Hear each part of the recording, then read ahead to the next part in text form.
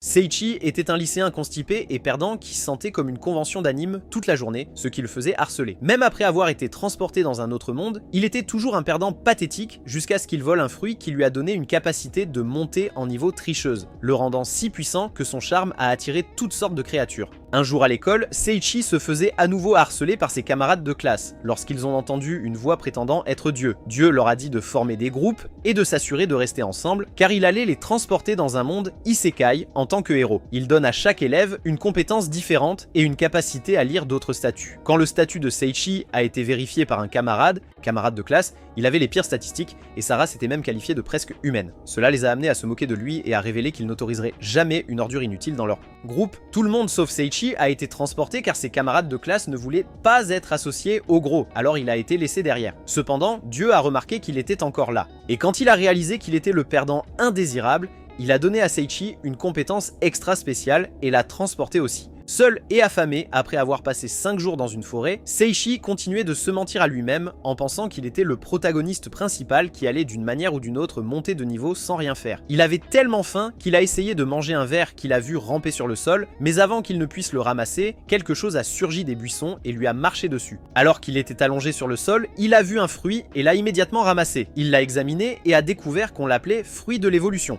Mais il n'y avait pas d'informations supplémentaires dessus. Seiichi a rapidement mangé le fruit au goût horrible en pensant qu'il serait transformé en maître de la séduction. Cependant, il a ensuite entendu une voix l'incitant à activer le fruit. Surpris, il se demandait ce que c'était que cette voix et ce qu'elle signifiait, mais comme il ne se passait rien, il se leva et partit chercher plus de nourriture. Il est tombé sur un groupe de singes et quand il a vérifié leurs statistiques, il a découvert que c'était des singes de niveau 120 avec un quotient intellectuel supérieur au sien. Dommage émotionnel! Et cela l'a fait se sentir insulté que les singes étaient au-dessus de lui. Alors qu'il les regardait et se demandait ce qu'ils faisaient, les singes sont bientôt partis. Et il est allé immédiatement ramasser les fruits qu'ils avaient laissés derrière. Il les a mis dans sa boîte à objets et a remarqué les bouteilles qui s'y trouvaient. Grâce à sa compétence d'évaluation, il a découvert qu'il s'agissait de potions de récupération de haute qualité. Alors il n'a pas perdu de temps à les voler aussi. Dans une ville quelque part, les autres étudiants qui avaient été transportés discutaient. Un groupe s'est approché de Kanazuki, un ami de Seiichi de l'école, a demandé où se trouvait Seiichi, mais elle leur a dit qu'il avait été transporté ailleurs et il se demandait s'il allait bien. Pendant ce temps, Seiichi était sur le point de manger un champignon qu'il avait trouvé, mais il n'y avait aucune information à son sujet. Cependant, l'idiot l'a quand même mangé et est immédiatement tombé par terre de douleur. Et même s'il était sur le point de mourir, Seiichi a décidé de mourir en mangeant. Il a mangé le reste du fruit de l'évolution qu'il avait et s'est immédiatement senti mieux. Il a également acquis une résistance au poison et son rang a augmenté. Mais avant qu'il puisse célébrer son augmentation de grade,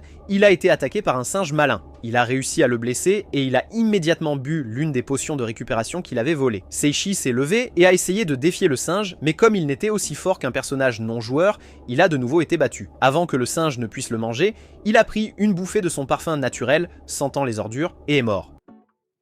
Les restes du singe se sont transformés en objets et il a acquis de nouvelles compétences grâce à eux. Parmi les objets se trouvait un livre sur les singes intelligents et Seiichi a été surpris de pouvoir lire le livre car il était écrit dans une langue qu'il n'avait jamais vue auparavant. C'est alors qu'il réalisa que la compétence spéciale qu'il avait reçue était la raison pour laquelle il pouvait lire le livre. Juste à ce moment-là, la voix l'informa que l'évolution avait commencé. Il n'avait aucune idée de ce qui se passait, mais il souffrait énormément. Quand la douleur s'est atténuée, il s'est levé et a réalisé qu'il était non seulement plus mince, mais ses statistiques avaient incroyablement augmenté. Cependant, il a vite appris qu'il n'avait pas terminé son évolution et il traverserait encore la douleur au moins 9 fois de plus. Cependant, il était énervé parce qu'il était encore au niveau 1, même s'il avait vaincu un singe intelligent de niveau 120. Seiichi avait passé 5 mois dans la forêt et avait pu utiliser les connaissances qu'il avait acquises du singe intelligent pour survivre. Il a vaincu un acro-wolf de niveau 311 et a acquis de nouvelles compétences ainsi qu'un légendaire esprit de l'eau, Dag. Il a pris le livre contenant le savoir de l'acro-wolf et a vu un endroit caché sur la carte qui lui a rappelé que c'était la même chose dans le livre du singe malin et a décidé de le vérifier plus tard. Il a immédiatement vécu une autre évolution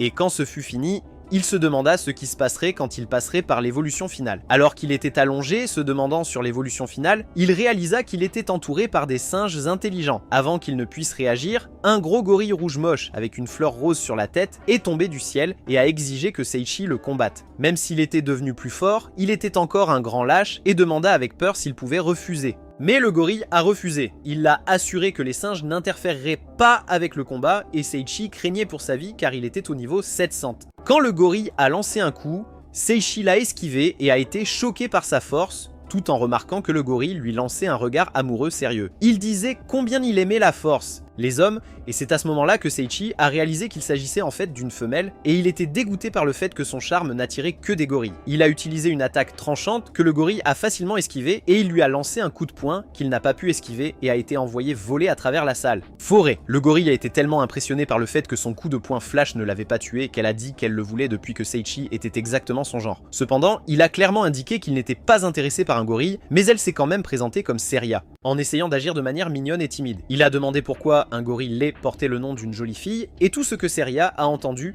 c'était qu'elle était jolie. Toujours dégoûté, il utilisa la compétence griffe d'adamant qu'il avait obtenue de l'Acrowolf pour attaquer elle, mais elle a facilement sauté de côté et s'est envolée. Elle a utilisé poussée d'air et est descendue sur lui comme un missile nucléaire. Seiichi l'a esquivé et espérait que le gorille s'était éliminé en faisant cela, mais elle s'est relevée et a exprimé sa joie qu'il ait pu esquiver son attaque. Seiichi a ensuite utilisé le dagger de l'esprit de l'eau pour amplifier sa magie de l'eau, levant la main au-dessus de sa tête. Il a utilisé une compétence appelée catastrophe de chute qui déverserait beaucoup d'eau sur son adversaire, l'adversaire. Cependant, comme il était bête comme ses pieds, il n'a pas dirigé l'eau vers Seria et a été frappé par sa propre attaque. Trempé, il a essayé de masquer sa propre stupidité en jouant les durs et en disant à Seria qu'elle était douée. Cependant, elle lui a immédiatement dit qu'elle n'avait rien à voir avec ce qui s'était passé. C'est passé et il était embarrassé qu'un gorille l'ait interpellé sur sa folie. Elle ne lui a pas donné le temps de se remettre car elle a utilisé le coup de poing flash pour le tabasser. La vie misérable de Seiji a défilé devant ses yeux et, en dernier recours, il a libéré son odeur corporelle qui était maintenant devenue une compétence appelée interprète de puanteur. Au lieu de la tuer comme il l'avait fait avec le singe malin, Seria lui déclara son amour et lui demanda de l'épouser. Chez Seria, Seiji exigea qu'elle le laisse partir, mais Seria lui dit qu'il était son mari et qu'il devait rester avec elle. Seiji a fait remarquer qu'elle était un fichu gorille et qu'il était un humain donc qu'il ne pouvait pas être marié. Au lieu de répondre, elle lui a dit de manger et quand il a pris une bouchée, il a été surpris de voir à quel point c'était délicieux. Seria a révélé qu'elle avait fait de nouveaux vêtements pour lui et Seiji était à deux doigts de perdre la tête parce qu'il ne comprenait pas pourquoi un gorille était si impressionnant. Elle a ensuite demandé si cela faisait d'elle une bonne épouse et il a répondu oui si elle se mariait avec un gorille, mais elle a insisté pour qu'il se marie. Il lui a demandé comment elle pouvait parler et elle lui a dit qu'elle avait trouvé des livres dans une grotte et les avait lus. Elle lui a montré les livres et en les lisant, il a instantanément acquis les compétences. Tandis qu'il regardait Seria attraper des poissons, Seiji planifiait sa fuite, mais avant qu'il ne puisse aller loin, il se retrouva face à face avec une araignée géante et cria comme un petit froussard. Seria est immédiatement venue à son secours et l'a frappé, l'envoyant voler à travers le ciel. Elle a demandé à Seiji, encore secoué, s'il allait bien et il lui a dit que oui, mais qu'il était surpris de voir à quel point elle s'inquiétait pour lui. Ce qui lui fit réaliser qu'il avait été un crétin superficiel pour l'avoir jugé sur son apparence. Pendant qu'il mangeait, Seria dit à Seiji qu'elle et les singes intelligents allaient sortir cueillir le fruit de l'évolution.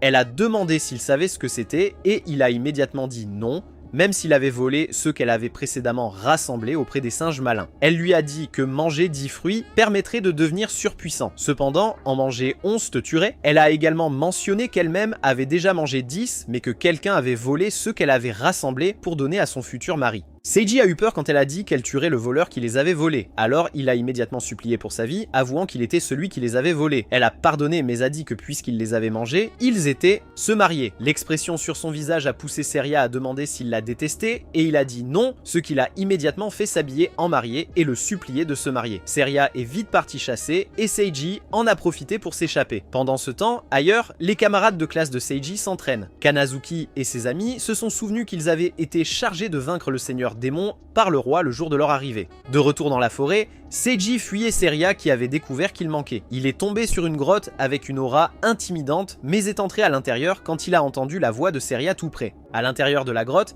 il a ouvert une porte et est entré dans une pièce où il a vu un squelette aux yeux rouges brillants assis sur un trône. Le squelette était impressionné qu'il ait pu atteindre sa chambre et croyait qu'il devait être fort pour y être parvenu. Seiji, en revanche, le voyait comme dangereux et a décidé de vérifier ses statistiques qui ont révélé qu'il était le seigneur des ténèbres Xenos et était à tasse niveau 1. Il était soulagé parce qu'il pensait pouvoir l'affronter facilement, mais Xenos lui a dit de regarder à nouveau ce qu'il a fait. Il s'est avéré qu'il l'avait trompé et était en fait au niveau 1500. Il a dit à Seiji qu'il avait pensé que la première personne à entrer dans sa chambre serait une personne forte, mais qu'à la place, un perdant avec une énergie de PNJ était entré. Il a ensuite essayé de poignarder Seiji, mais Seria s'est interposé et a été poignardé à la place. Seiji a appelé son nom, ce qui l'a rendue heureuse car c'était la première fois qu'il l'appelait depuis leur rencontre. Il Il a essayé de lui donner des potions de guérison, mais elle a dit que cela ne servait à rien puisqu'elle était déjà morte. Elle a expliqué qu'elle pouvait encore lui parler grâce à sa compétence appelée Kaiser Majesty, qu'il a maintenue pendant un moment. Seiji a pleuré à chaudes larmes en s'excusant pour la façon dont il l'avait traitée, mais elle lui a dit de ne pas s'inquiéter et lui a demandé de sourire comme sa dernière demande.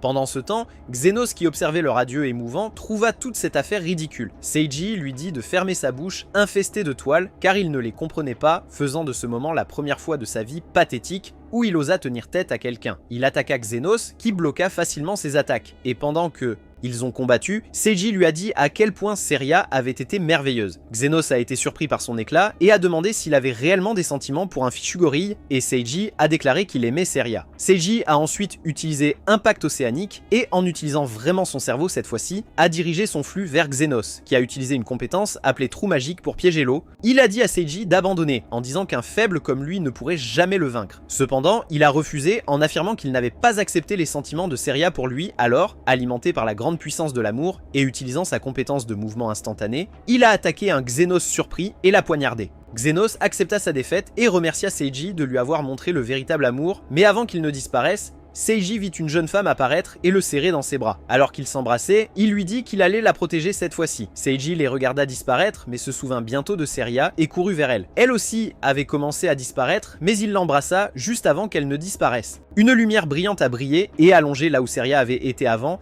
était une belle fille aux cheveux roux et une fleur rose dans les cheveux. Seiji a été tellement surpris quand elle s'est levée et a couru pour l'embrasser, qu'il a eu une sérieuse hémorragie nasale. Il était tellement choqué quand il a réalisé qu'elle était Seria. Seiji a lu l'histoire de Xenos et a appris qu'il avait été un Nobel il y a 1500 ans, mais qu'il avait été trahi par sa femme et l'empereur. La seule personne qui est restée à ses côtés était sa domestique, Maria, qui l'aimait, mais elle est morte après s'être sacrifiée pour le sauver. Après sa mort, il est devenu un monstre vengeur et a passé ses journées seul dans une grotte. Ému par leur histoire, Seiji a dit à Seria qu'il était heureux d'avoir pu réunir les deux à nouveau. Peu après, la dernière évolution de Seiji a commencé, et lorsqu'elle s'est terminée, il est devenu encore plus beau mais toujours moche comparé à Gojo Satoru. Il a dit à Seria qu'il voulait quitter la forêt, et elle a dit qu'elle irait n'importe où avec lui. Juste à ce moment-là, un petit mouton est apparu et s'est présenté comme Madame Mouton, l'administrateur du donjon. Il a affirmé qu'il était venu parce qu'ils étaient les premiers à terminer le donjon, et Saichi a souligné qu'il était un peu en retard, donc il a admis qu'il avait été retardé parce qu'il appréciait la souffrance de Saichi alors qu'il traversait son ultime épreuve, évolution. Il a ensuite poursuivi en remettant à Saichi les récompenses pour avoir nettoyé le donjon, qui était un ensemble de cultures fruites de l'évolution et un ensemble de voyages de 10 jours. Il a également offert à Seria une robe et à Saichi un casque avant de les transporter hors de la forêt, ce qui leur a permis de commencer leur voyage. Saichi et Seria décident de se rendre dans la ville la plus proche et de s'inscrire à la guilde des aventuriers pour obtenir leur carte d'identité, mais en chemin, ils rencontrent un slime de niveau 88. Toutefois, Saichi l'a facilement vaincu et a réalisé qu'il était devenu surpuissant. Parmi les objets tombés, il y avait une paire de bottes qu'il leur a donné avec des cartes de compétences qui lui ont permis de monter de niveau. Saichi n'était pas content de monter de niveau parce qu'il avait l'impression de devenir un monstre, et il n'aimait pas ça. Quand il a enlevé son casque, il s'est transformé en robe, et Seria lui a tendu la note qui en était tombée. C'était une lettre de Baship, et il expliquait que le casque avait changé parce que Saichi avait monté de niveau et que la robe cachera sa véritable force des autres. À la porte de la ville, Saichi a menti qu'il et Seria avaient perdu leur carte d'identité.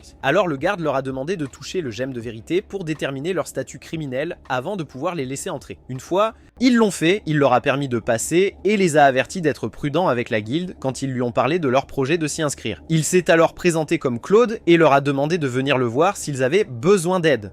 La guilde, Saichi pensait que Claude exagérait probablement lorsqu'il a ouvert la porte et a vu une femme blonde en train de faire un 50 nuances de grès juste devant tout le monde. Il a immédiatement refermé la porte car il ne croyait pas ce qu'il venait de voir. Il l'a rouvert. Et cette fois, elle versait de la cire de bougie sur un homme. En regardant autour de lui, il a vu plus de gens bizarres et a rapidement réalisé que c'était une fête de hentai et a dit à Seria qu'il devrait repartir. Cependant, avant de pouvoir partir, ils ont été arrêtés par le maître de guilde qui portait seulement un maillot de bain speedo. Il s'est présenté comme Gustelkloot et Saichi pensait qu'il était un tête en l'air qui ne s'intéressait qu'à ses muscles. Il a exhibé ses muscles devant eux et les a poussés stratégiquement dans le bâtiment. À l'intérieur, il a attiré l'attention de la femme blonde qui a immédiatement changé de tenue et s'est présentée comme Eris Makan, la réceptionniste. Elle lui a dit que leur guilde recueillait des informations du monde entier et que s'il s'inscrivait chez eux, il y aurait accès. Saichi s'est souvenu de ses amis et Seria lui a dit que ce serait une bonne idée de rejoindre la guilde. Lorsqu'ils ont terminé leur inscription, 3 vikings recherchés avec des crêtes iroquoises sont entrés et ont demandé à Saichi de les suivre. Ils l'ont emmené à l'arrière du bâtiment et lorsqu'ils ont enlevé sa robe, ils ont été choqués parce qu'il était si beau. Saichi a été pris au dépourvu lorsqu'il a vu que leur leader s'était déshabillé, et il a été encore plus choqué lorsqu'ils lui ont dit que c'était leur fête de bienvenue. Lui, l'homme ne voulait rien avoir à faire avec des gens suspects, alors il a pris la fuite pour protéger son cul vierge. Mais ils l'ont poursuivi. Ils ont essayé de le convaincre qu'il aimerait l'expérience, mais il n'a pas écouté et a couru plus vite. Impressionnés par sa vitesse, ils ont dit qu'il était l'homme qu'ils cherchaient, mais ils n'ont pas pu le suivre, alors ils ont finalement arrêté de le poursuivre. Saichi a réussi à revenir à la guilde, et Gustle a dit qu'il était surpris qu'il soit revenu. Eris lui a dit qu'il était la première personne à revenir en vie. Eris a dit au couple qu'ils devaient passer quelques tests avant de rejoindre officiellement la guilde. Gustle a expliqué qu'ils avaient besoin de quelqu'un qui était au moins un aventurier de rang B pour les superviser lors des tests et les a présentés à Artoria. Un aventurier méchant de rang A, Saichi, était seulement concentré sur ses intrigues massives et n'a pas entendu un mot qu'elle a dit, alors Seria a dû l'appeler à l'ordre. Artoria n'était pas satisfaite de l'idée, et quand elle s'est plainte, Gustle lui a dit que puisqu'il avait survécu aux Mohawks, il pourrait lui survivre. Elle a finalement accepté et s'est excusée pour son comportement impoli. En se dirigeant vers leur premier test, Artoria leur a dit qu'ils commenceraient par des petits boulots. La première était d'aider dans un orphelinat, et Seria s'est portée volontaire pour le faire. En route vers le deuxième travail, Artoria a aidé un enfant qui s'était blessé en chemin. Jouer. Comme elle s'occupait de sa jambe blessée, la corde tenant ensemble des planches en bois s'est détachée, mais avant que Saichi puisse les atteindre, elles sont tombées sur eux. Quand il s'est approché, il a vu qu'Artoria avait réussi à les arrêter en utilisant une compétence de défense et s'est demandé si elle avait su qu'elles allaient tomber. La deuxième mission était de démolir un bâtiment, et tandis qu'Artoria essayait d'expliquer comment ils allaient faire le travail, Saichi est entré dans le bâtiment et, oubliant qu'il était extrêmement puissant, a poussé une seule brique, faisant s'effondrer toute la maison sur lui. Artoria a crié de surprise pensant qu'il était blessé et a couru pour le chercher. Pendant qu'elle le cherchait, elle se blâmait pour ce qui s'était passé, car tous ceux qui l'entouraient finissaient toujours par être blessés, et c'est pourquoi elle s'appelait Artoria la Calamité. Alors qu'elle pleurait, Saichi sortit des décombres, et dès qu'elle le vit, elle le traita d'idiot sans cervelle, tout en le réprimandant pour son imprudence. Elle lui a dit qu'en tant qu'aventurier, il devait être capable de sentir le danger et être prudent, en disant que sa stupidité coûterait la vie à son équipe. Saichi s'est alors excusé et ils sont passés à la quête suivante. Alors que les camarades de classe de Saichi s'entraînaient, leur instructrice, Zakia, les regardait depuis un balcon avec un autre chevalier. Il a dit au chevalier qu'il était contre l'idée de les envoyer combattre le seigneur démon, car la guerre ne les concernait pas. Il a également admis qu'il était complètement contre la guerre avec les démons et a dit qu'il ferait tout son possible pour les protéger. De retour au village, Artoria informa Saichi que la tâche finale était de promener un chien. Saichi pensa que ce serait facile jusqu'à ce qu'il voit que le chien était en fait un loup. Le loup l'a poursuivi dans le jardin tandis que son propriétaire et Artoria regardaient. Le propriétaire a fait remarquer qu'Artoria semblait plus heureuse et a suggéré que c'était à cause de Saichi, mais elle a immédiatement nié, même si son visage était rouge comme une tomate. Une fois la quête terminée, ils sont retournés à la guilde et Gustle a sorti leur récompense de son maillot de bain comme si c'était la chose la plus naturelle à faire. Eris a demandé s'ils avaient un endroit où loger et quand ils ont dit non, Artoria leur a dit qu'ils pouvaient rester à l'auberge où elle logeait. Eris et Gustle ont été surpris car elles n'avaient pas l'habitude de faire quelque chose comme ça. Artoria a été embarrassée et avant qu'elle ne puisse retirer l'offre, Saichi et Seria ont accepté. Bientôt, Saichi, Seria et Artoria sont allés dans un champ pour faire un autre test. Artoria a expliqué que tout ce qu'ils avaient à faire était de ramasser 10 herbes médicinales et ce serait terminé. Saichi est immédiatement parti sans écouter tout ce qu'elle avait à dire, et Artoria a simplement souri en regardant Seria partir après. Seria a remis les herbes qu'elle avait cueillies à Artoria, qui l'a félicité, mais quand ce fut au tour de Saichi, il remit des champignons de mana. Artoria a demandé où étaient les herbes, et il a dit qu'il n'en avait pas vu, ce qui l'a fait s'exclamer combien elle était choquée que quelqu'un puisse être si stupide et tête en l'air qu'il ne remarque pas les herbes poussant à côté de ses pieds. Il les a ramassées et les lui a données, mais elle a dit qu'elles n'étaient pas suffisantes, et une fois de plus, il s'est précipité dans la forêt à la recherche de ce qui était juste devant lui. Alors qu'il se demandait pourquoi il ne trouvait que des herbes rares, il entendit des gens parler, mais comme il ne savait pas comment s'occuper de ses affaires, il alla voir qui ils étaient. Il ne pouvait pas entendre ce dont ils parlaient, alors il décida d'aller leur demander s'ils savaient où ils pouvaient trouver les herbes qu'ils cherchaient. Il s'avère qu'ils étaient des démons sous le commandement de Lia, le capitaine de la 3e division de l'armée du Seigneur Démon. Seichi pensait juste qu'ils étaient bizarres et a essayé de partir, mais ils l'ont arrêté parce qu'ils ne voulaient pas qu'ils gâchent leur plan, puisqu'ils les avaient vus, et ils ont supposé qu'il avait également entendu leur plan. Ils ont invoqué un troll moche qui a utilisé sa grande massue pour frapper Seichi, mais il l'a arrêté en utilisant sa compétence d'absorption qui a transféré la force de son adversaire. Lui, terrifié, les démons lâches se sont enfuis, donc Seichi n'avait pas d'autre choix que de retourner auprès d'Artoria et Seria avec les herbes rares qu'il a trouvées. Finalement, Artoria a fini par lui donner les herbes qu'elle avait car il avait l'air si désemparé. De retour dans le royaume démoniaque, Lia a interrogé l'escouade de démons qui avait fui devant Seichi. Ils ont admis qu'ils étaient allés dans le royaume humain pour installer des pièges de téléportation afin de réduire l'armée humaine avant qu'ils n'aient une chance de combattre. Elle a demandé où les pièges les enverraient et ils lui ont dit qu'ils les emmèneraient au donjon du dieu dragon noir. L'IA a dit qu'elle se sentait mal pour les humains qui tomberaient dans le piège, mais leur a dit qu'ils devaient être punis pour leur désobéissance. Ils se sont enfuis quand elle a mentionné qu'ils seraient fouettés 500 fois chacun. Pendant ce temps, dans le royaume humain, en attendant Artoria pour qu'ils puissent commencer leur test final, Saichi et Saria ont rencontré Claude, le chevalier qu'ils avaient rencontré à la porte de la ville lors de leur arrivée. Il leur a demandé de continuer à être gentils avec Artoria, lui-même après qu'ils aient terminé leur test, et juste à ce moment-là, Arturia les a rejoints en demandant s'ils se connaissaient. Claude lui a simplement dit qu'elle avait rencontré de bonnes personnes. Il a ensuite demandé s'il s'agissait de leur test final, et leur a souhaité bonne chance avant leur départ. Le dernier test consistait à vaincre 10 slimes, alors Artoria a demandé à Saria quelles armes elle utiliserait. Mais elle a dit que ses points suffisaient. Artoria n'était pas convaincue, mais elle a dit qu'elle regarderait et verrait ce qui se passerait. Le test a commencé, et juste au moment où Seiichi était sur le point de trancher un slime, il disparut. Artoria a vérifié la zone et a réalisé qu'il y avait des sorts de téléportation installés partout. Elle leur a dit que le test était en pause, et alors qu'elle leur demandait de retourner en ville, elle a accidentellement marché dans l'un des pièges. Seiichi et Saria l'ont rapidement attrapé, et tous les trois ont été téléportés dans le donjon. Le dragon a senti leur présence dès qu'ils ont été transportés dans le donjon et a immédiatement été en colère. Comme ils n'avaient aucune idée d'où ils étaient, ni comment revenir, Artoria a suggéré de trouver une issue. Elle a ensuite demandé pourquoi ils l'avaient suivi, tout en les réprimandant pour avoir négligé d'utiliser leur cerveau. Seiichi lui a dit que son corps avait réagi avant qu'il ne puisse penser, et Saria a dit qu'elle avait juste voulu l'aider. Touchée par leur détermination, Artoria les a pardonnés et a remis la pierre guide à Seiichi. Elle a dit que cela conduirait quiconque la possédait à tout membre manquant de leur groupe, et que si la personne était en danger, elle brillerait en rouge. Dès qu'elle leur a dit de rester ensemble et de ne pas se séparer. Séparée, Artoria a accidentellement marché sur un piège et l'a déclenché. Un mur de pierre s'est levé et l'a séparé d'eux, et lorsqu'elle a essayé de les appeler, cela ne servait à rien car ils ne pouvaient pas l'entendre. Alors elle a essayé de trouver un autre moyen de les rejoindre. De l'autre côté du mur, Seiichi paniquait parce qu'ils avaient été séparés et a essayé d'utiliser ses poings pour abattre le mur en pensant qu'il était Saitama. Saria lui a montré la pierre guide, elle a dit qu'il pouvait l'utiliser pour suivre Artoria. Mais malheureusement, aucun d'eux ne savait comment l'utiliser. Seiichi lui a demandé de montrer le chemin et à sa grande surprise, il s'est déplacé et a volé vers le mur de pierre qui les avait séparés au départ. Saria a alors suggéré qu'ils prennent le chemin derrière eux et trouvent un autre chemin vers elle. Artoria se battait contre une momie qui l'a projetée contre le mur avec une telle force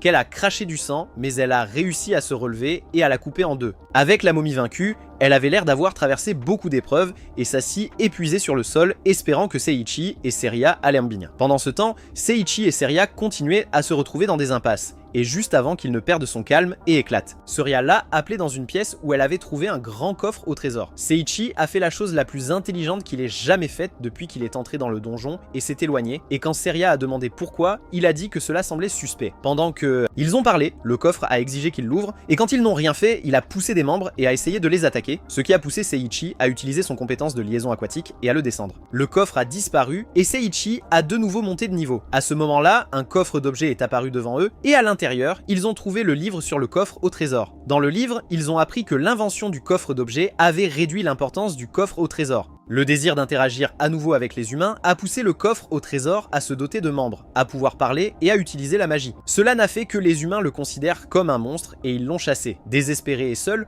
le coffre au trésor ne pouvait que se promener dans des endroits dont il avait de bons souvenirs. Ils ont également trouvé un objet rare connu sous le nom d'anneau de malchance, et après l'avoir évalué, Seiichi a appris qu'il multipliait la chance d'une personne par -2. Saria a ensuite attiré son attention, mais quand il l'a regardée, elle avait la main sous sa robe et fouillait autour de ses intrigues. Lorsqu'elle a sorti la pierre de guide qui luisait en rouge. Pendant ce temps, une Artoria épuisée utilisait sa hache comme une canne alors qu'elle se dirigeait sans le savoir vers la pièce où se trouvait le dragon. Elle a poussé la porte et est entrée. Juste au moment où la porte se refermait derrière elle, elle a senti une présence avant de voir un grand dragon qui lui a demandé si elle était venue pour être mangée. Le dragon s'est ensuite enroulé sur lui-même et a utilisé une sorte de magie du vent pour la repousser. Pas du genre à reculer face au danger, et quand elle a enfin pu bouger à nouveau, elle a attaqué le dragon. Dans le royaume des démons, l'IA venait de terminer de punir ses soldats et leur a dit d'arrêter de se plaindre comme des bébés, parce qu'elle ne leur avait rien fait de grave. Elle a affirmé que le dieu dragon noir était bien pire, et il était connu comme le plus fort de l'armée du seigneur des démons, et que le croisé signifiait que vous aviez la pire des chances. Seiichi et Sariel regardaient la pierre lumineuse, et Seiichi se souvenait de l'avertissement d'Artoria à propos du changement de couleur de la pierre. Ils ont commencé à paniquer car ils savaient qu'Artoria était en danger, et la pierre a volé de la main de Sariel et a frappé le mur. Désespéré, Seiichi a frappé le mur et cette fois, il a réussi à le casser même si cela lui faisait mal aux mains. Dans la chambre du dragon noir, Artoria était sur le point de se faire battre, mais elle n'était pas prête à abandonner parce qu'elle voulait s'assurer que Seiichi et Sariel s'en sortent sains et saufs. Elle a décidé d'utiliser toute sa force, elle a donc chargé une attaque de Super Saiyan et libéré son Calamity Berserker. Le dragon noir ne semblait même pas impressionné par sa petite démonstration de pouvoir, et lorsqu'elle a attaqué, il a simplement utilisé sa griffe pour la balayer comme une mouche agaçante. Bien qu'il l'ait frappée, elle est revenue avec force, mais avant qu'elle ne puisse s'approcher de lui, il a tiré des pointes de sa queue qui l'ont épinglé au mur en lui disant de connaître sa place. Artoria, qui était complètement consumée par sa calamité, ne restait pas à terre et essayait de l'attaquer à nouveau. Cette fois-ci, il l'empala avec les pics de sa queue et admit qu'elle l'avait surpris. Il la jeta au sol, et alors qu'elle y était allongée, elle murmura des excuses à Seiichi et Sariel parce qu'elle croyait les avoir déçus en ne vainquant pas le dragon. Elle accepta son sort et ferma les yeux. Et juste au moment où le dragon était sur le point de l'achever, elle entendit ça. Non. En les ouvrant, elle vit Seiichi utiliser sa robe comme bouclier contre le feu du dragon, tout en tenant un Sariel souriant, qui dit qu'ils étaient venus la sauver. Artoria demanda à Seiichi et Sariel comment ils l'avaient trouvée, et Sariel expliqua que lorsque la pierre de la guilde s'était mise à briller en rouge, ils savaient qu'elle était en danger, et Seiichi, qui se croyait Superman, a réussi à briser les murs sur leur passage, leur ouvrant facilement le chemin jusqu'à elle. Elle a ensuite demandé au sujet du dragon, et Seiichi a pointé sa silhouette affaissée en disant qu'il l'avait accidentellement heurté en entrant. Le dragon noir s'est réveillé plus furieux qu'il ne l'était auparavant, parce qu'il était dérangé par des humains sales. Il leur a dit qu'il mourrait de ses mains, mais Seiichi a dit qu'il n'avait pas l'intention de perdre contre un gros lézard laid. Il a attaqué Seiichi avec son souffle de feu, mais celui-ci l'a facilement esquivé en utilisant un mouvement instantané. Agacé d'être surpassé par du bétail, le dragon noir a utilisé des griffes conquérantes pour lancer une boule de feu sur Seiichi, qu'il a réussi à bloquer avec ses épées, mais il a été repoussé. Seiichi a utilisé une évaluation avancée et a découvert que le dragon était de loin plus fort que lui, car il était au niveau 5000. Il a réussi à éviter d'être touché par sa queue en utilisant un mouvement instantané, mais le dragon l'a immobilisé avec un sort et l'a frappé contre un mur avec sa queue. Seiichi se demandait pourquoi ses compétences de résistance à l'absorption et à la liaison ne fonctionnaient pas lorsque le dragon noir déclenchait son ultime compétence appelée Enfer Infernal. Seiichi était sûr qu'il serait réduit en cendres cette fois-ci, jusqu'à ce que Sariel l'appelle et lui dise d'utiliser la compétence qu'il avait utilisée quand il l'avait combattu. Plein d'espoir renouvelé, il a utilisé le dague de l'esprit de l'eau pour activer le désastre de la chute, trempant complètement lui et le dragon dans l'eau. À ce moment-là, le dragon était complètement en colère et a dit qu'il n'allait pas perdre contre un autre humain sans valeur. Alors il a lancé une boule de feu sur Seiichi, qui l'a de nouveau esquivé. Mais il a été à nouveau immobilisé par un sort. Alors que le dragon se préparait à porter son coup final, Seiichi força son corps à bouger et acquit une compétence de résistance à l'intimidation. Il passa ensuite à l'attaque contre le dragon, qui fut surpris qu'il ait pu se libérer. Mais avant qu'il ne puisse réagir, Seiichi l'a tranché proprement. Il ne pouvait pas croire qu'il avait perdu contre un autre humain, et se lamentait sur son rêve échoué avant de disparaître, laissant derrière lui une boîte à objets. Alors que Seiichi se demandait pourquoi le dragon noir détestait tant les humains, il a monté de niveau, et une Sariel excitée l'a plaqué au sol. Il lui a demandé comment allait Artoria, et elle a dit que les potions de récupération l'avaient endormie, et qu'elle irait bien au moment de son réveil. Soulagé qu'elle allait bien, Seiichi voulait rentrer chez lui, mais Sariel a demandé s'il connaissait le chemin pour sortir du donjon, et il a dit qu'il pouvait vérifier la boîte à objets pour trouver quelque chose qui les aiderait. Il a acquis plus de compétences en touchant les objets, et s'est rendu compte que s'il mangeait le joyau du dieu dragon noir qu'il avait ramassé, cela augmenterait ses statistiques et sa puissance magique. Dans la boîte d'objets, il a également trouvé un long manteau du conquérant noir qui était meilleur que son ancienne robe qui avait été brûlée par le dragon noir. Le dernier article dans la boîte était la biographie du dragon noir. De cela, ils ont appris qu'il était autrefois une divinité gardienne pour les humains, mais les humains sont devenus avides et ont voulu fabriquer des armes puissantes à partir des matériaux du dragon noir. Alors ils ont planifié de l'abattre. Celui qui l'avait sauvé était le seigneur démon, mais il a été vaincu par les héros que les humains ont invoqués. Alors avec le seigneur démon mort, ils ont scellé le dragon noir dans son donjon et il a promis de se venger de l'humanité. Après avoir lu son histoire, Seiichi a pleuré. Sariel a ensuite fait remarquer que Monsieur Chip n'était pas venu même s'il avait terminé le travail. Donjon, juste au moment où Seiichi allait répondre, une bombe fumigène a explosé dans son visage, le laissant avec une coupe afro. Une lettre est tombée au sol et Sariel l'a ramassée, disant qu'elle venait de Chip. Dans la lettre, il a félicité Seiichi pour avoir franchi le donjon tout en devenant lentement un monstre sans cœur. Il a également expliqué que même s'il avait franchi le donjon, il avait échoué à garder le dragon noir en vie pour qu'il puisse vivre paisiblement avec le seigneur démon. Enfin, il lui a dit de continuer le bon travail et de nettoyer plus de donjons, mais il a aussi dit qu'il partait en vacances, alors Seiichi devrait en fait s'abstenir de le faire, ce qui l'a fait crier. frustration. Ils sont retournés sur le terrain avec une Artoria encore inconsciente dans les bras de Seiichi, et alors qu'il se dirigeait vers la porte de la ville, elle s'est réveillée et a exigé qu'il la pose alors qu'elle luttait pour sortir de ses bras. Sariel lui a dit de faire attention car même si ses blessures avaient guéri, elle était encore faible. Artoria s'est ensuite excusée de les avoir entraînés dans son malheur. Alors elle leur a montré son statut et ils ont vu que sa chance était de moins 2 millions. Elle a expliqué qu'elle était connue sous le nom de porteuse de calamité depuis sa naissance et qu'elle apportait le malheur à tous ceux qui l'entouraient. Seiichi a demandé s'il existait un moyen de briser la malédiction et elle a répondu que non. Quand ils sont finalement arrivés à la guilde, Artoria a demandé à Eris ce qui se passait et elle a dit qu'ils rassemblaient des informations pour retrouver leurs amis disparus et elle est devenue tout émue parce qu'Eris l'avait appelée une amie. Seiichi a ensuite fait un discours très émouvant sur l'importance qu'elle avait pour eux et qu'il ne se souciait pas de sa malchance de connexion automatique de proximité. Tout cela est devenu trop pour elle à gérer alors qu'elle s'enfuyait. Mais Seria a dit à Seiichi de la suivre et de s'assurer qu'elle allait bien. Pendant ce temps, dans le royaume démon, Lia a informé son escouade que le dieu dragon noir avait été vaincu. Ils étaient choqués car il était le plus fort de l'armée du seigneur démon et ils se demandaient qui était assez puissant pour l'avoir vaincu. Seiichi cherchait à trouver Artoria avec la bonne pierre quand il a rencontré Adriana, la propriétaire du loup qu'il avait promené auparavant. Il a demandé si elle avait vu Artoria et elle a dit non, mais a ensuite demandé s'il connaissait la prédisposition d'Artoria, et il a dit qu'il le savait. Alors elle lui a demandé de se rapprocher d'Artoria. Il lui a assuré qu'Artoria était importante pour lui, donc il ne l'abandonnerait pas. Il a finalement trouvé Artoria à l'endroit où ils avaient leur première quête, et il a demandé ce qu'elle faisait là. Mais au lieu de lui répondre, elle a demandé si elle était vraiment importante pour eux, et il a dit oui. Ensuite, il l'a serré dans ses bras, et a dit qu'il serait toujours là si elle avait besoin de lui. Mais Aratoria était trop choquée pour dire quoi que ce soit, alors elle se contenta de le laisser la tenir. Seiichi a rapidement commencé à penser avec sa petite tête, et en souriant comme un pervers, il s'est dit qu'elle sentait bon. Artoria a appelé son nom, et il a sauté comme s'il avait été pris en train de voler. Elle a dit qu'elle se sentait gênée partout, mais elle l'a remercié. En pensant à comment il pourrait aider, il s'est souvenu de la bague qu'il avait trouvée dans le donjon et a supposé qu'elle aurait un effet opposé sur Artoria, puisque sa chance était déjà négative. Il lui a glissé la bague au doigt et quand elle a demandé ce que c'était, il lui a dit que cela augmenterait sa chance. Artoria l'a soudainement poussé et s'est enfui, laissant Seiichi perplexe face à son comportement, se demandant ce qu'il avait fait de mal. Il s'est vite rendu compte qu'il avait l'air de la demander en mariage quand il lui a donné la bague, et il est allé la retrouver pour dissiper le malentendu, mais il s'est vite arrêté quand il a réalisé qu'elle allait bien. Seiichi avait l'air déprimé en prenant le petit déjeuner avec Seria, et quand elle lui a demandé ce qui n'allait pas, il a révélé qu'Artoria l'évitait. Soria lui a dit de ne pas s'inquiéter car elle était sûre qu'Artoria ne le détestait pas. Quand il lui a demandé ce qu'elle voulait faire de la journée, elle a dit qu'elle voulait aider à l'orphelinat. Donc Seiichi a expliqué qu'il allait faire un tour en ville et recueillir des informations.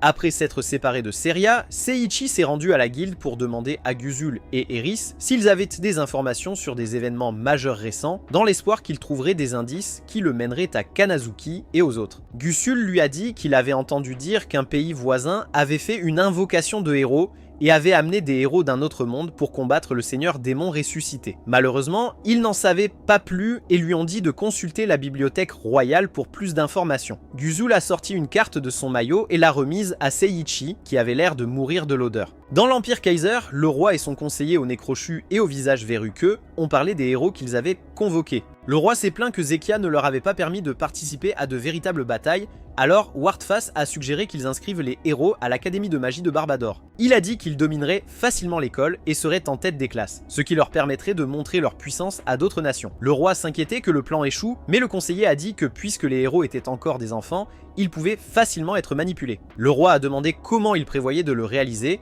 et il a expliqué qu'il leur ferait porter des bracelets d'asservissement, ce qui garantirait qu'ils ne leur désobéissent pas. Pendant ce temps, Seiichi n'a pas pu obtenir d'informations utiles à la bibliothèque royale, alors il est parti explorer la ville. Il est tombé sur une jeune fille avec des oreilles de chien vendant des peintures, et quand il a demandé combien elles coûtaient, elle a été surprise car personne n'avait proposé d'en acheter avant. Avec son achat en main, il a réalisé qu'il avait faim et a suivi l'odeur de nourriture jusqu'à un café caché dans la ruelle. Avant d'entrer, il pria que l'endroit ne soit pas rempli de pervers bizarres, comme la guilde. À l'intérieur, il ne rencontra que deux personnes, un homme aux cheveux blonds et le barman qui l'accueillit. Seiichi a dévoré la nourriture qui lui était présentée comme un homme affamé, Et l'homme aux cheveux blonds a ri de son comportement, après quoi il s'est présenté comme Rance. Seiichi s'est présenté et Rance a dit que son nom semblait oriental, et ne voulant pas révéler le fait qu'il venait d'un autre monde, il a joué le jeu. Rance a ensuite présenté le barman comme Nod, le propriétaire du café. Artoria était assise avec Adriana dans son jardin, et pendant qu'elle discutait, Adriana lui a dit d'admettre qu'elle était amoureuse de Seiichi. Et une Artoria émotive, les larmes aux yeux, a dit qu'elle voulait faire savoir à Seiichi ce qu'elle ressentait pour lui. De retour au café, Nod a dit à Seiichi que si un homme plaçait une bague sur l'annulaire gauche d'une femme, il lui promettait son amour éternel, et a ajouté que s'il essayait de la reprendre, ou même de dire que c'était une erreur, il serait castré. Un Seiichi choqué imagina sa saucisse se faire couper en deux et savait qu'il ne voulait pas ça. Rance a suggéré qu'il épouse Artoria à la place. Lorsqu'il a hésité, Nod a compris qu'il avait déjà quelqu'un d'autre en tête et Rance lui a dit directement d'être ouvert d'esprit et de commencer son propre harem. Avant qu'il ne parte, Nod lui a dit de clarifier ses intentions et de s'excuser si nécessaire. Après son départ, Nod a conseillé à Rance de faire attention à ne pas se révéler. Seiichi est allé à l'orphelinat pour chercher Seria et a rencontré Artoria, venu le chercher. Il voulait expliquer son intention de lui donner la bague et s'excuser, mais il était trop lâche pour ouvrir la bouche. Quand il a enfin pris son courage à deux mains et a essayé de parler, elle l'a arrêté avec un baiser. Elle a dit qu'elle savait qu'il ne lui avait pas donné la bague parce qu'il avait des sentiments pour elle, mais ça lui était égal car elle était amoureuse de lui. Seiichi était déchiré entre rester fidèle à sa femme Guerilla et céder à ses sentiments pour l'inconfortable Artoria, et avant qu'il ne puisse répondre, Seria est sortie et lui a dit qu'elle ne voyait pas d'inconvénient à le partager, parce qu'il était normal pour les femmes de se rassembler autour des mâles forts. Elle a dit à Seiichi d'accepter Artoria et il n'a pas perdu de temps pour lui proclamer son amour. Ils ont partagé un baiser et Seria les a embrassés et a proclamé la naissance de leur harem hybride. Gusul a poussé ses hanches dans le visage de Seiichi pendant qu'il mangeait et Seiichi lui a dit qu'il pouvait parler sans mettre ses affaires dans son visage. Il lui a conseillé d'acheter un cheval car chaque aventurier de haut rang devait en avoir un et a sorti une carte de son maillot de bain à nouveau. Seiichi a fini par aller acheter un cheval seul puisque Seria et Artoria avaient d'autres choses à faire. Quand il est arrivé sur place, le vieux bonhomme qui possédait l'endroit a demandé s'il voulait un cheval pour la coupe royale. Il a expliqué que c'était une course autour des remparts de la ville et, en raison de la nature de la course, les gagnants recevaient des prix coûteux. Récompense. Alors qu'il montrait à Saichi la collection de chevaux de course qu'il possédait, Saichi se demandait pourquoi le fou lui montrait des chevaux de course alors qu'il n'avait pas l'intention de participer à la coupe royale. Le suivant était une imitation stupide des reines du Père Noël, qui mouraient facilement parce qu'ils oubliaient de respirer, et le dernier était un âne violent qui détestait tout le monde. Alors que Saichi la regardait frapper le propriétaire,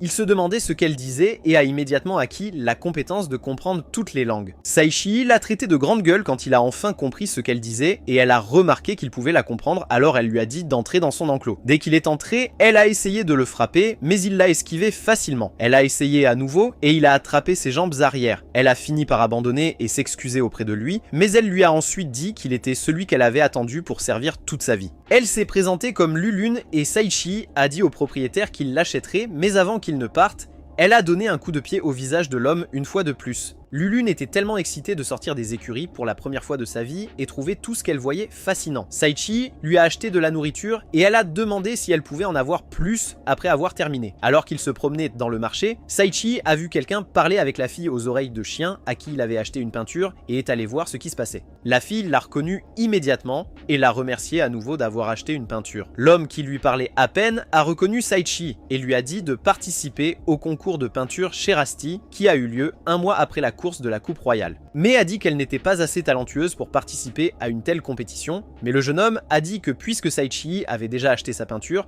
cela signifiait qu'il avait reconnu son talent. Il a ensuite demandé à Saichi s'il avait acheté l'une de ses propres peintures, et il a répondu non, ce qui l'a choqué que Saichi n'ait jamais vu ses peintures auparavant. Alors il lui en a montré une. Lulune et Saichi ont jeté un coup d'œil à la peinture terrible et ont dit qu'elle ressemblait à un triangle, et pendant qu'ils se complaisaient dans la honte, Saichi a demandé à Mei qui il était. Le jeune homme s'est présenté comme Kleburger, le fils aîné du duc Burger, puis est retourné à supplier Mei de rejoindre la compétition. Avant qu'elle ne puisse répondre, Saichi lui a dit qu'il allait participer à la coupe royale et que s'il terminait en tête, elle devrait aussi essayer de participer au concours de peinture. Elle a révélé que la coupe royale était dangereuse et a demandé s'il n'avait pas peur. Il a donc admis qu'il avait peur, mais a dit que s'il ne tentait pas, il ne surmonterait jamais sa peur. Clay a mentionné que le prix pour la 5e place de la course était un gigantesque poisson, et dès que la gourmande Lulune a entendu cela, elle est devenue très excitée. Le jour de la Coupe Royale, avant que la course ne commence, l'annonceur a présenté les prix qui allaient être distribués. À gagner. Le prix de la 2e place était des photos de la capitale des Valkyries, ce qui a fait hurler la foule d'excitation,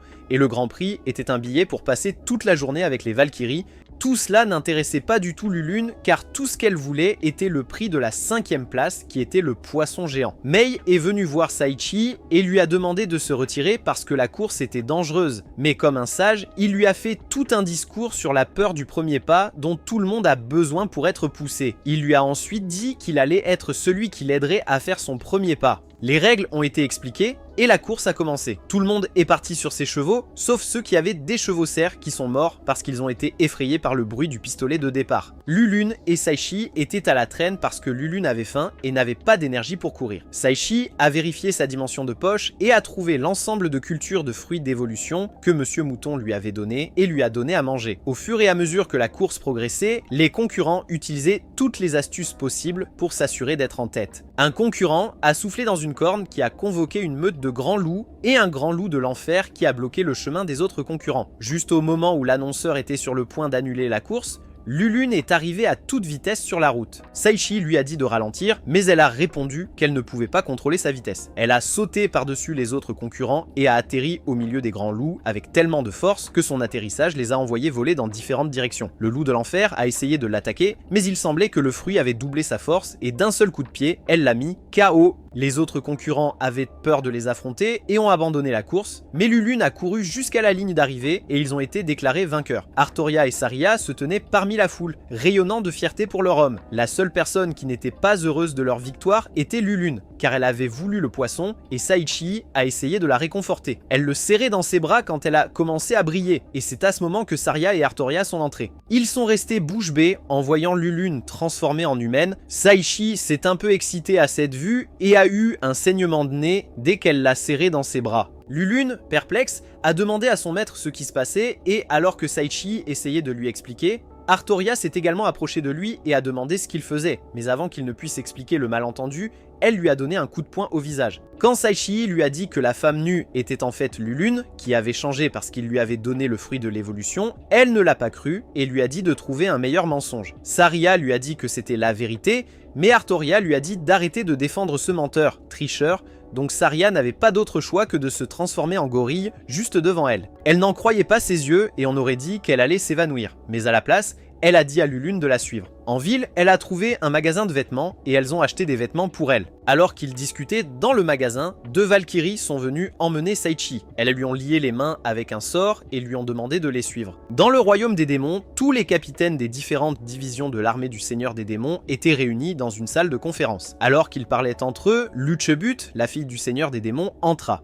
Après avoir remercié les capitaines d'avoir répondu à son appel, elle expliqua qu'elle les avait convoqués car elle souhaitait discuter d'une possible alliance avec le royaume de Winburg. Les capitaines furent tous choqués et s'exclamèrent. L'assistant du Seigneur démon demanda pourquoi elle voudrait faire la paix avec les humains qu'il considérait comme inférieurs, qui avaient persécuté les démons pendant des années. Il lui rappela que ce sont les humains qui avaient scellé son père, mais Ludia dit que c'était une raison de plus pour rassembler leur peuple. Elle dit que le roi du royaume de Winburg essayait déjà de se lier d'amitié avec les démons. Lia leur dit alors qu'elle avait obtenu des informations selon lesquelles l'humain qui avait vaincu le dieu dragon noir venait du royaume de Winburg. Elle a dit que le dieu dragon noir lui avait dit qu'il avait été vaincu par un humain nommé Saichi. Il lui a aussi dit qu'il s'était battu loyalement et qu'il avait perdu contre Saichi. Chris a dit à Lutia de se rappeler de la prophétie qui disait que s'allier avec les humains leur apporterait un grand malheur. Et elle a dit que si cela arrivait, elle mettrait sa tête en jeu. Il a continué à insister et l'un des capitaines lui a dit de fermer sa bouche et de suivre les ordres de son maître comme le chien qu'il était ou sinon il s'occuperait de lui. Certains des autres capitaines ont accepté et l'ont menacé aussi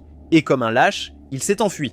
Mais pas avant de leur avoir dit qu'il regretterait de s'être allié à un humain. Les capitaines ont juré de soutenir Lutia dans ses plans et elle les a remerciés. Seule dans la salle du trône, Chris s'inquiétait que ses plans soient ruinés, mais a dit que personne ne serait capable de l'arrêter de toute façon et a ri comme un fou maniaque. Les Valkyries ont emmené Saichi au château Archel et quand il a demandé pourquoi ils l'avaient amené là, ils lui ont dit qu'en tant que vainqueur de la Coupe Royale, il avait gagné le droit de passer la journée avec eux. Ils l'ont emmené au terrain d'entraînement où leur capitaine Louise et d'autres Valkyries s'entraînaient. Saichi les a regardés et a été impressionné par ses compétences, mais a aussi été surpris que même avec son sixième sens, il ne pouvait pas suivre ses mouvements. Louise s'est approchée d'eux et s'est présentée à Saichi avant de lui mettre une épée dans la main et de lui demander de faire un combat simulé avec elle. Pendant ce temps, les camarades de classe de Saichi ont été téléportés à la Barbatos Magic Academy et Kanazuki s'est retrouvée dans une confrontation qui l'a mise au défi, elle et ses amis, de participer à une bataille simulée. Quand elle a refusé, ils ont essayé de l'intimider, mais elle en a giflé un, ce qui les a fait reculer tout en lui conseillant de faire attention. De retour sur le terrain d'entraînement, Louise a attaqué Saichi, mais il a facilement esquivé et elle a été surprise qu'il ait pu esquiver l'attaque. Saichi l'a assuré que ce n'avait pas été aussi facile qu'elle le pensait. Elle lui a dit qu'elle utiliserait toute sa force avec sa prochaine attaque et a lancé une série d'attaques contre lui, mais il a pu toutes les esquiver. Alors qu'elle était sur le point de porter son attaque finale, Saichi avait acquis des compétences supplémentaires. Il a facilement esquivé l'attaque et a fait voler l'épée de ses mains, choquant les Valkyries présentes, car elles ne pouvaient pas croire qu'il avait affronté leur capitaine et gagné. Saichi lui-même ne pouvait pas croire ce qui s'était passé parce que son corps avait bougé tout seul. Maison. Louise a demandé si elle pouvait l'appeler maître et lui demander de prendre soin d'elle. Une autre Valkyrie a demandé à Seiichi de venir avec elle, car elle avait quelque chose à lui dire. Dans une autre partie du château, le roi se préparait pour un bain, mais ignorait l'assassin qui l'observait à travers un trou dans le plafond. La Valkyrie que Seiichi avait suivie en dehors de la salle d'entraînement lui a dit que Louise était née sans aucune magie ou compétence, mais Seiichi pensait qu'elle mentait carrément, parce qu'il venait de se battre contre elle. Elle a dit que Louise était capable de recréer n'importe quel art de l'épée qu'elle voyait, et Seiichi pensait que c'était un talent impressionnant. Elle a dit que la seule personne qui pouvait l'égaler était le paladin noir, et avant qu'elle puisse en dire plus, Louise est entrée et s'est excusée auprès de Seiichi pour l'avoir appelé maître sans sa permission, et l'a remercié de l'avoir sauvée. Voyant qu'elle était confuse, elle expliqua qu'à cause de son talent, les gens avaient peur d'être amis avec elle, et elle se retrouvait donc toute seule sans personne à appeler amie. Seiichi pouvait se mettre à sa place, car lui aussi avait autrefois mené une vie triste, misérable et solitaire. Il accepta donc de devenir son maître.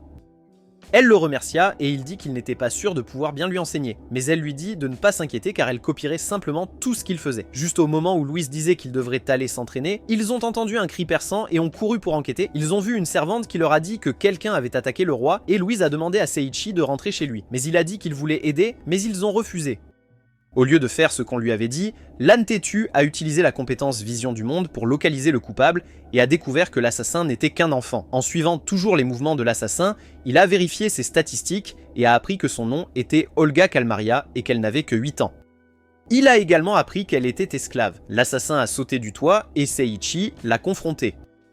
Elle a essayé de le tuer, mais il a facilement attrapé les couteaux qu'elle a lancés et a acquis une compétence de défense réflexe, qui a fait réagir son corps immédiatement. Avant qu'il ne puisse réagir, les réflexes se sont déclenchés et il a lancé les couteaux sur elle, mais elle n'a pas pu les esquiver et ils l'ont clouée au mur avec sa robe. Elle s'est libérée et a essayé de l'attaquer à nouveau, mais il a esquivé facilement. Seiichi se demandait pourquoi un si petit enfant serait un assassin et a essayé de l'interroger, mais elle ne lui en a pas donné la chance. Il l'a finalement assommé seulement pour que Louise et les Valkyries arrivent, et quand elles ont vu l'enfant, elles ont demandé à Seiichi qui elle était. Alors, il leur a dit qu'elle était celle qui avait attaqué le roi, ce qui était choquant. Louise lui a dit de remettre la fille à Lorna et lui a demandé de l'interroger. Seiichi ne semblait pas convaincu que Lorna puisse réellement faire le travail à cause de son air peu sérieux. Mais Louise l'a rassuré en disant qu'elle était la meilleure, ajoutant qu'elle avait appris toutes ses compétences d'interrogatoire d'Eris. En entendant cela, Seiichi était sûr qu'elle avait appris tout, sauf comment réellement interroger un prisonnier auprès d'Eris. Seiichi a demandé comment allait le roi et Louise lui a dit qu'il ne se réveillerait pas car le couteau qu'Olga avait utilisé était maudit et la malédiction qui y était incrustée était sommeil éternel. Elle a dit que quiconque était maudit avec sommeil éternel ne se réveillerait jamais et Seiichi s'est demandé s'il pouvait faire quelque chose pour aider. Il leur a ensuite demandé de l'emmener voir le roi. Dans la chambre du roi, Seiichi fut surpris de voir que le roi était Rance, l'homme qu'il avait rencontré au café. Louise présenta Seiichi au chef de la division magique du royaume, qui se trouvait être son frère Florio. Il leur a dit qu'il avait utilisé la magie de guérison sur la blessure, mais qu'il n'était pas capable de supprimer la malédiction et les Valkyries s'inquiétaient car elles pensaient qu'elles ne pourraient pas sauver le roi. Elles ont supplié Seiichi de les aider à sauver le roi et comme il avait une compétence de création de magie, il a essayé de créer un sort qui guérirait le roi.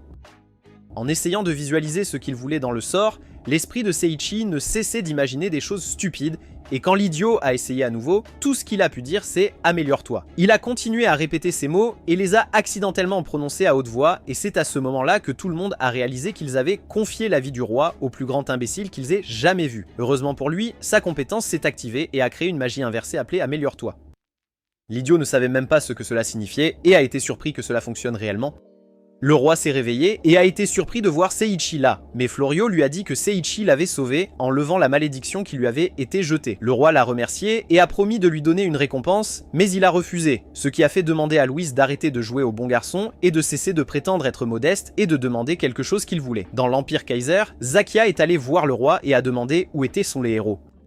Le roi a dit qu'il avait envoyé ses nouveaux esclaves à l'Académie de magie de Barbatos pour intimider les autres nations. À l'Académie, Kanazaki et ses amis discutaient de la façon dont les héros étaient les personnes les plus détestées de l'Académie quand les 3 vauriens qui les avaient défiés auparavant les ont interrompus. Elle leur a dit de partir, mais ils ont refusé et ont menacé de faire une scène si elle ne leur disait pas de quoi ils parlaient.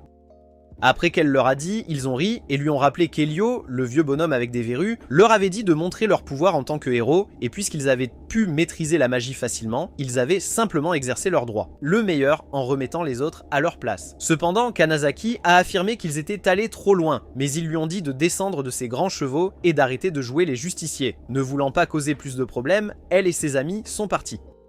Louise a demandé à Lorna comment se passait l'interrogatoire pendant qu'elle prenait un bain, mais Lorna a avoué qu'elle n'avait rien pu tirer d'Olga depuis qu'elle gardait le silence. Elles ont ensuite parlé de combien Seiichi était cool et viril. Avait été quand il a dit au roi de lui permettre d'apprendre la magie et l'escrime avec les Valkyries comme récompense. Pendant ce temps, à l'extérieur du château, dans un bain public où Saria, Artoria et Lulune prenaient un bain.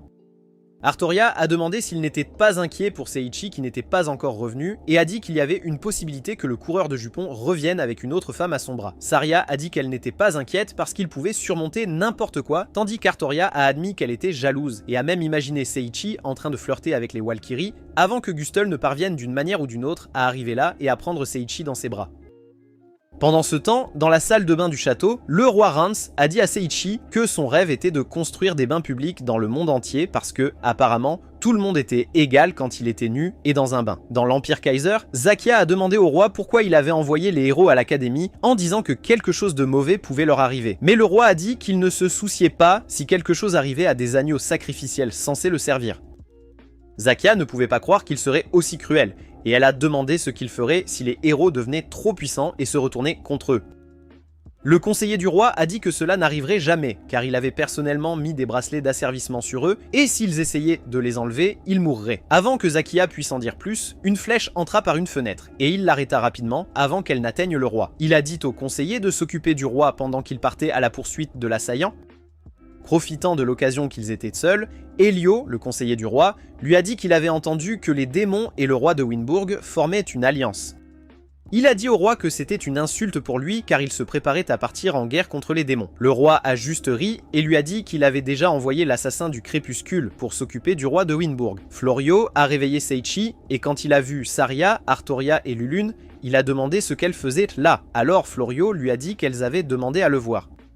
Ensuite, Artoria lui a dit que Saria était très inquiète pour lui et qu'elle était jalouse parce qu'elle pensait qu'il pourrait être en train de comploter avec les Valkyries, mais Saria a dénoncé ses bêtises. Juste à ce moment-là, Louise est entrée et a appelé Seiichi « maître », tandis que Saria et Lulune l'a complimenté. La jalouse Artoria était prête à le rouer de coups. Pour sa sécurité, il expliqua immédiatement qu'elle était la capitaine des Valkyries. Saria se présenta alors comme la femme de Seiichi, et Florio le félicita pour avoir décroché une telle beauté. Mais avant que Seiichi ne puisse répondre, Artoria se présenta comme sa petite amie et Lulune se présenta comme sa fidèle servante. Un Florio surpris l'a traité d'homme sauvage, tandis que Louise a affirmé qu'elle était fière de l'avoir comme maître.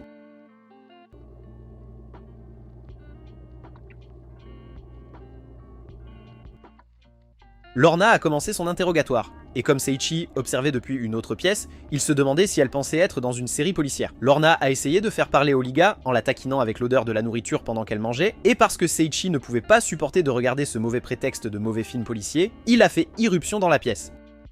Louise a fait de même et a détaché Oliga. Seiichi lui a ensuite dit de manger autant qu'elle le voulait. Lorsqu'elle a terminé le repas, Louise a dit à Seiichi que le collier qu'elle portait était un collier d'asservissement qui forçait le porteur à obéir aux ordres de la personne qui l'avait mis sur lui. Seiichi a réalisé que le collier était la raison pour laquelle Oliga avait attaqué le roi et Lorna. Seiichi a alors demandé pourquoi il ne pouvait pas simplement retirer le collier, mais Oliga a dit que ce n'était pas possible. Et pour prouver son point, elle l'a tiré et a été immédiatement électrocutée. Seiichi était furieux et se demandait qui pouvait faire une chose aussi cruelle. Le roi de l'Empire Kaiser venait d'apprendre que Oliga avait échoué et était en colère. Mais Helio lui a dit de ne pas s'inquiéter, car elle avait toujours son collier. Le roi a demandé s'il allait la pousser à se suicider, et il a répondu oui, ce qui a poussé le roi à approuver immédiatement. Pendant ce temps, quelque part dans la forêt, Zakia s'entraînait et se demandait s'il faisait la bonne chose en brandissant son épée pour l'Empire. Il se souvenait de sa rencontre avec l'agresseur qui avait tenté de tuer le roi. L'homme avait dit qu'il l'avait fait pour se venger de la fille démon qui avait été tuée parce que le roi avait donné l'ordre. Zakia lui avait dit que ce n'était pas suffisant de menacer l'Empire en attaquant le roi, mais l'homme lui avait répondu qu'il n'était rien d'autre qu'une marionnette sans esprit qui faisait toujours ce qu'on lui disait. Ils se sont disputés, et l'homme a utilisé son habileté pour faire pleuvoir des flèches sur Zakia, mais il a réussi à toutes les dévier. L'homme a dit qu'il n'attendait rien de moins de la lame du roi, et lui a dit qu'il le rencontrerait à nouveau quand il ne serait plus une marionnette. De retour au royaume de Hinburg, on avait dit à Seiichi que personne d'autre que la personne qui avait mis le collier sur Oliga ne pouvait l'enlever, et qu'il n'y avait aucune formule magique qui pouvait gérer la situation. Il décida alors de créer un sort qui lui permettrait de l'enlever, mais il ne parvenait pas à le visualiser correctement. En regardant son expression de douleur, il promit de la libérer, et c'est à ce moment-là qu'il eut une image de la liberté dans son esprit. Et sa version de la liberté s'est avérée être Abraham Lincoln. Voilà, cela devrait être le visuel parfait. Il l'a projeté par inadvertance, et il est apparu dans la pièce en chantant le mot « libre ». C'est ainsi que le nouveau sort de libération appelé Président Lincoln a été créé et le collier d'Olga s'est brisé. Lorsque Seiichi lui a dit qu'elle était maintenant libre, elle a fondu en larmes. Et le pauvre Seiichi n'avait aucune idée de ce qui s'était passé. Mais Saria est allée vers elle et l'a prise dans ses bras, tandis qu'Artoria ne pouvait pas croire que quelqu'un ait fait quelque chose d'aussi cruel à une petite fille. Malgré ce qui se passait, Lulune était occupée à manger les restes et à perturber ce moment très émotionnel, car la seule chose qui comptait était la nourriture. Oliga leur a dit que dans l'Empire du Kaiser, les gens bêtes étaient persécutés. Elle a expliqué qu'ils emmenaient tous les adultes dans un camp de concentration et formaient les enfants pour devenir des assassins. Elle avait passé sa vie à servir comme tueuse pour l'Empire du Kaiser et a avoué qu'elle avait tué beaucoup de gens depuis qu'on lui avait mis le collier. Elle prétendait qu'elle n'avait de valeur qu'en tant que tueuse et rien de plus, mais Seiichi lui a pris la main et lui a dit qu'elle pouvait recommencer. Il lui a dit que l'Empire du Kaiser était le méchant pour avoir traité les gens bêtes différemment. Il lui a demandé de le voir comme un frère aîné et Saria a demandé si Oliga pouvait rester avec eux. Mais Oliga a dit qu'elle ne pouvait pas, car l'Empire du Kaiser viendrait après eux puisqu'elle était maintenant une traîtresse. Il a promis de la protéger, disant que même s'il avait l'air faible, il était en réalité fort. Il a demandé à Louise s'il était d'accord pour emmener Oliga. Et elle a dit qu'elle avait déjà prévu de lui demander de s'occuper d'elle. Elio a parlé à Kryse à travers un orbe et lui a demandé ce que faisait l'armée du Seigneur Démon. Kryse lui a dit que bien qu'ils aient dû apporter des modifications à leur plan en raison du souhait de Lucia de s'allier avec le royaume de Hinburg, le plan se déroulait bien. En entendant cela, il était heureux que leur plan fonctionne et a promis de faire sa part également. Seiichi apprenait à contrôler sa magie de l'eau sous la direction de Floria, et lorsqu'il se plaignait de la pression que cela représentait, Florio lui disait qu'il s'en sortait bien par rapport à la première fois où il avait failli les noyer. Pendant qu'il regardait, Saria et Artoria faisaient leur propre truc. Louise est venue les voir. Elle lui a demandé de protéger le roi pendant son absence, et quand il a demandé où elle allait, elle lui a dit qu'ils avaient reçu un rapport du Paladin Noir indiquant que des monstres devenaient plus actifs le long de la frontière. Donc elle et les Valkyries allaient l'aider à gérer la situation. Il a accepté sa demande et elle l'a remercié.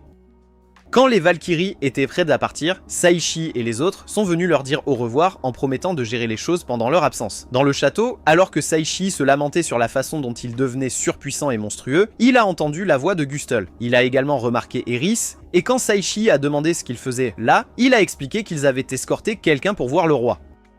Tandis que le pauvre Frodo, avec un budget Walmart, s'approchait d'eux, Florio le reconnut comme le saint mage Barnabas. Et lorsque Seiichi demanda qui il était, Florio fut consterné par son niveau d'ignorance et dit qu'il était le seul mage à avoir maîtrisé toutes sortes de magie. Il a ensuite commencé à s'emballer comme un véritable otaku à propos de son idole et a perdu son calme lorsque Barnabas a dit qu'il savait qui il était. Pendant qu'il parlait, Seiichi se demandait pourquoi une personne si remarquable était venue voir le roi. Dans la salle du trône, le roi Rance a accueilli Gustl et Eris, qui n'avaient pas abandonné leur comportement étrange à la guilde. Quand il a vu Barnabas, il a été surpris et a demandé pourquoi il ne l'avait pas informé de sa visite prévue. Seiichi a demandé quelle était leur relation, et Florio lui a dit que Barnabas avait été le professeur du roi. Rance a demandé pourquoi Barnabas était venu, Alors il a révélé que c'était à cause de l'académie de magie. Il a dit que depuis que les héros d'Isekai avaient rejoint l'académie, ils n'avaient apporté que des ennuis. Avant que Saichi ne puisse confirmer s'ils étaient ses camarades, un chevalier est venu leur informer qu'une horde de monstres était apparue dans la forêt et envahissait la capitale. Il a rapporté qu'il y en avait environ 5000, tous de niveau chef. Rance était inquiet et Barnabas lui a dit qu'il n'avait pas à s'inquiéter puisqu'ils avaient les puissantes Valkyries. Mais Rance lui a dit qu'elles étaient parties défendre la frontière. À la frontière, Louise a été surprise par le nombre de monstres rassemblés et le paladin noir lui a dit qu'il en avait détruit un grand nombre avant qu'il n'arrive, mais il continuait à arriver. Louise a suggéré qu'ils utilisent une attaque totale pour qu'ils ne puissent pas s'en remettre. Elle a ensuite conduit ses Valkyries au combat. Alors que la bataille faisait rage, elle a été informée que des monstres avaient envahi la capitale. Depuis le royaume démoniaque, l'étrange Ilio riait en regardant le chaos se dérouler dans le royaume humain. En regardant les monstres s'approcher, Artoria a admis que dans toutes ses années en tant qu'aventurière, elle n'avait jamais vu autant de monstres en même temps. Cependant, Seria était ravie de l'occasion de se battre à nouveau, et Lulune a dit qu'elle avait peur parce que si elle ne pouvait pas défendre la ville, elle ne pourrait plus manger tous les plats qu'elle aimait. Saichi n'en revenait pas que l'âne stupide pensait à la nourriture à un moment aussi critique, mais elle a ri comme une folle et a dit qu'elle se battrait pour la bonne nourriture. Oliga a tiré sur la robe de Saichi et a proposé de les aider parce qu'elle voulait vivre heureuse avec eux en ville, mais Saichi lui a demandé de s'assurer de ne pas se surmener, et elle lui a fait promettre de lui caresser la tête si elle réussissait bien. À part eux, tous les autres étranges membres de la guilde étaient présents et chacun d'eux rappela à Saichi pourquoi il les avait considérés comme fous au départ. Avec tout le monde en pleine excitation, ils se sont précipités sur les monstres et avant que Saichi ne puisse les rejoindre, Barnabas lui a dit de rester en arrière et de regarder.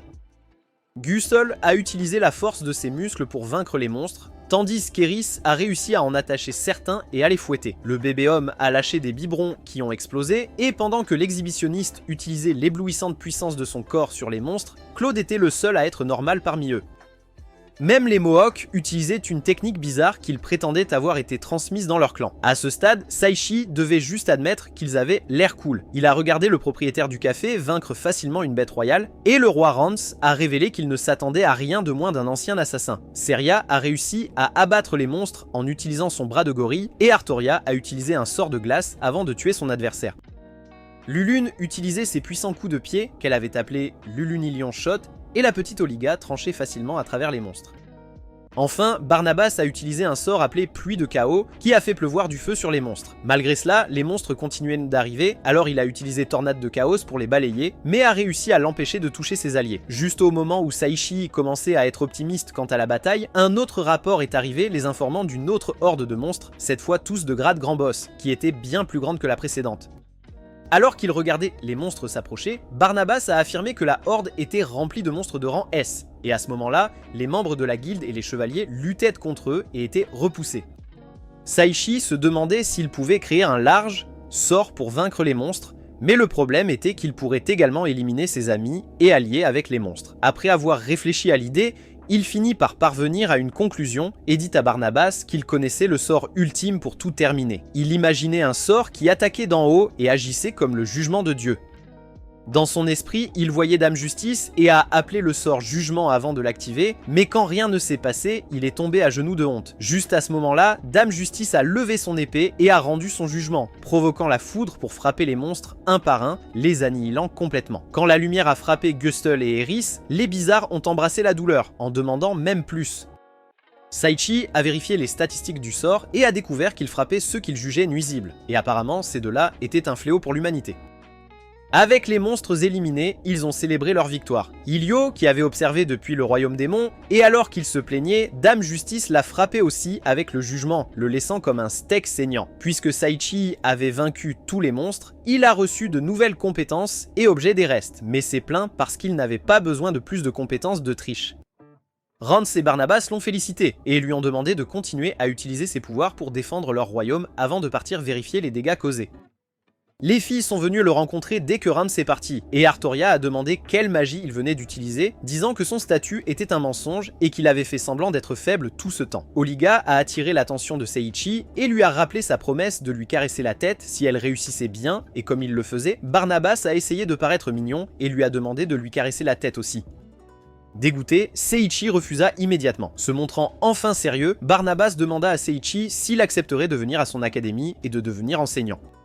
Seiichi a demandé pourquoi il le voulait, et il a dit qu'il était impressionné par le sort qu'il avait utilisé pour éliminer les monstres. Il a ensuite dit qu'il savait que c'était un sort de sa propre création, et qu'il voulait apprendre de lui. Même si Seiichi continuait à refuser, le vieil homme têtu était déterminé et insistait pour qu'il vienne à l'académie.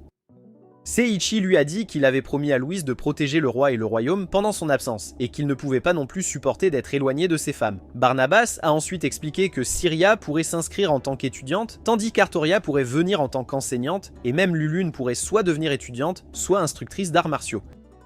Cependant, Seiichi a refusé, mais les filles ont affirmé qu'elles n'avaient aucun problème tant qu'elles étaient toutes ensemble. Donc il a accepté d'y aller avec Barnabas une fois que Louise serait revenue. Comme ils avaient encore du temps avant le retour de Louise, Seiichi a décidé d'emmener chaque fille à un rendez-vous. La première était Lulune. Leur rendez-vous était dans un restaurant et le cochon Anne Gourmand a mangé toute la nourriture qu'elle pouvait. Il a d'abord emmené Artoria dehors, puis il est allé faire du shopping avant de se rendre au théâtre. Sa dernière sortie était avec Syria, mais elle a demandé si elle pouvait amener Oliga avec eux parce qu'elle se sentait mal de la laisser seule. Tous les trois sont sortis, et pendant qu'ils regardaient Oliga jouer avec d'autres enfants, Seiichi a remercié Syria d'aimer un bon à rien comme lui, et après lui avoir avoué son amour, il a essayé de l'embrasser, mais les enfants ont remarqué que Syria pleurait et ont appelé Seiichi un mauvais garçon. Il a essayé de s'expliquer, mais ils ont perdu intérêt pour ce qu'il disait et lui ont demandé de jouer avec eux. Pendant qu'ils jouaient, ils ont remarqué quelque chose flottant dans le ciel, et dessus, il y avait différentes images, et l'une d'elles était Mei. À la place de la ville, un concours de peinture touristique avait lieu.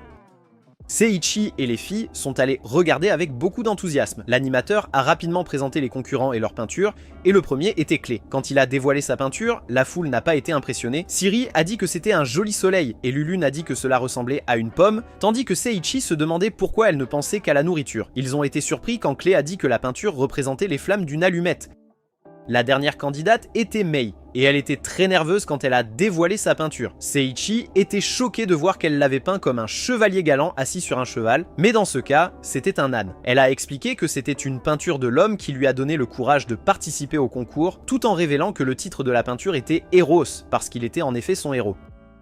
Seiichi a félicité Mei pour avoir remporté la compétition, et elle lui a dit que le grand-père de Clé lui avait offert l'opportunité d'aller étudier à Amiria, la ville de l'art.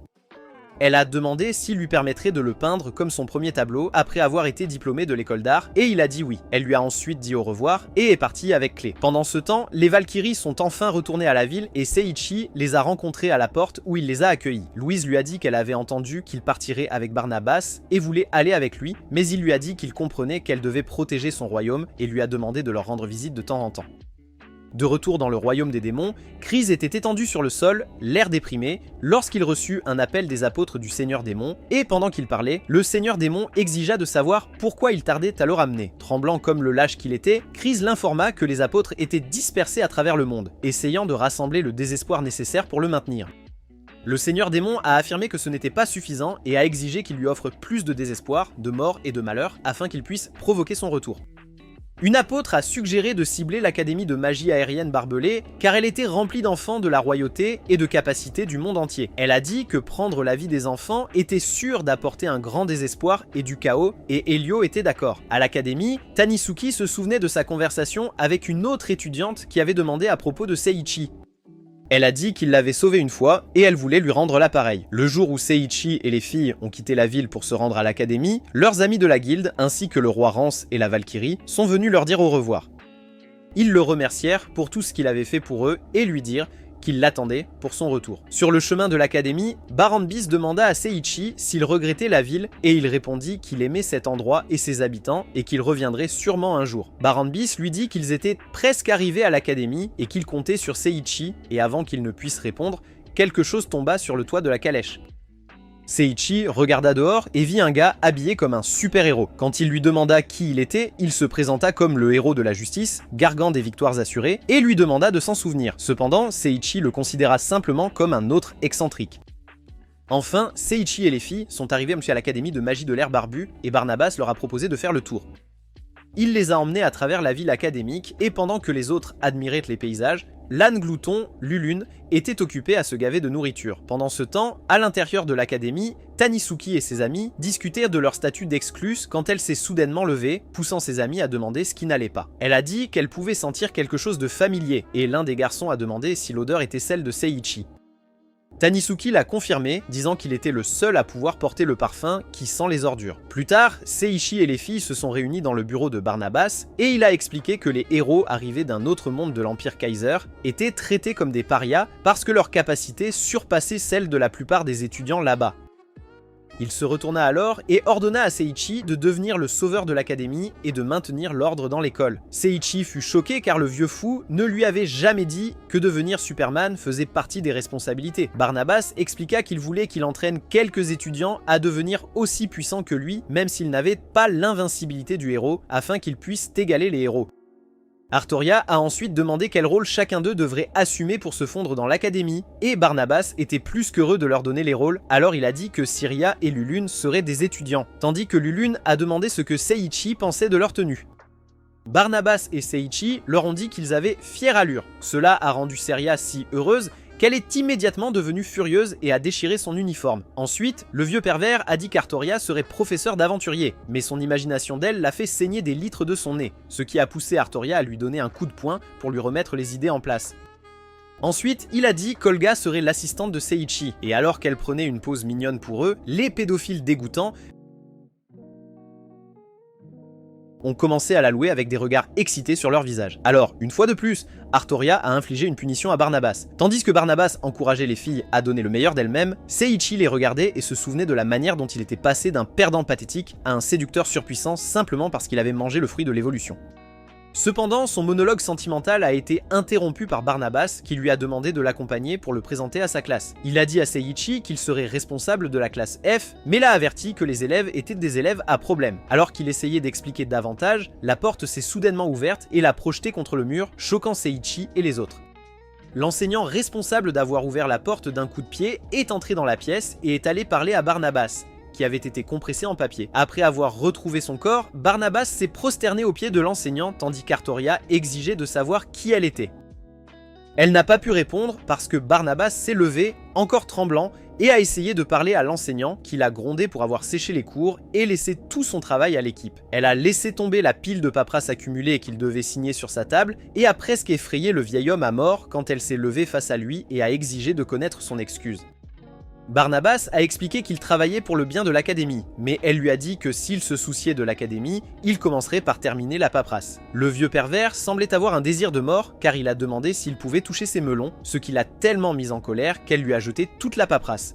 Elle a ensuite demandé à un Seiichi effrayé et aux filles de la suivre, laissant le pervers Barnabas et son cerveau grillé enterré jusqu'au cou, sous une montagne de paperasse. Seiichi a essayé de parler pendant qu'il marchait dans le couloir, mais a eu peur quand elle s'est soudainement arrêtée et s'est retournée. Elle s'est ensuite excusée pour ce qui s'était passé dans le bureau du directeur, et s'est présentée comme Béatrice Roner, l'ancienne enseignante de la classe F. Cela a surpris Seiichi, alors elle a expliqué que la directrice avait demandé de l'aider en tant qu'assistante enseignante de la classe. Elle a ensuite indiqué la classe A et a dit à Artoria et Lulune de se diriger dans cette direction car elles étaient censées être dans cette classe.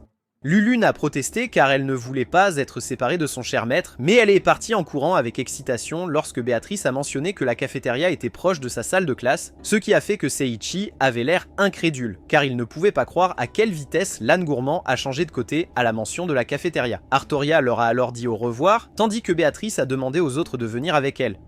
Mais Seiichi a demandé si elle allait se plaindre de lui avoir pris son travail. Béatrice n'a pas répondu immédiatement et a serré le dossier dans sa main, ce qui a effrayé Seiichi qui se demandait s'il allait subir le même sort que Barnabas. Cependant, elle ne s'est pas emportée contre lui comme il s'y attendait et a admis qu'elle n'avait pas été capable de faire ressortir leur véritable potentiel.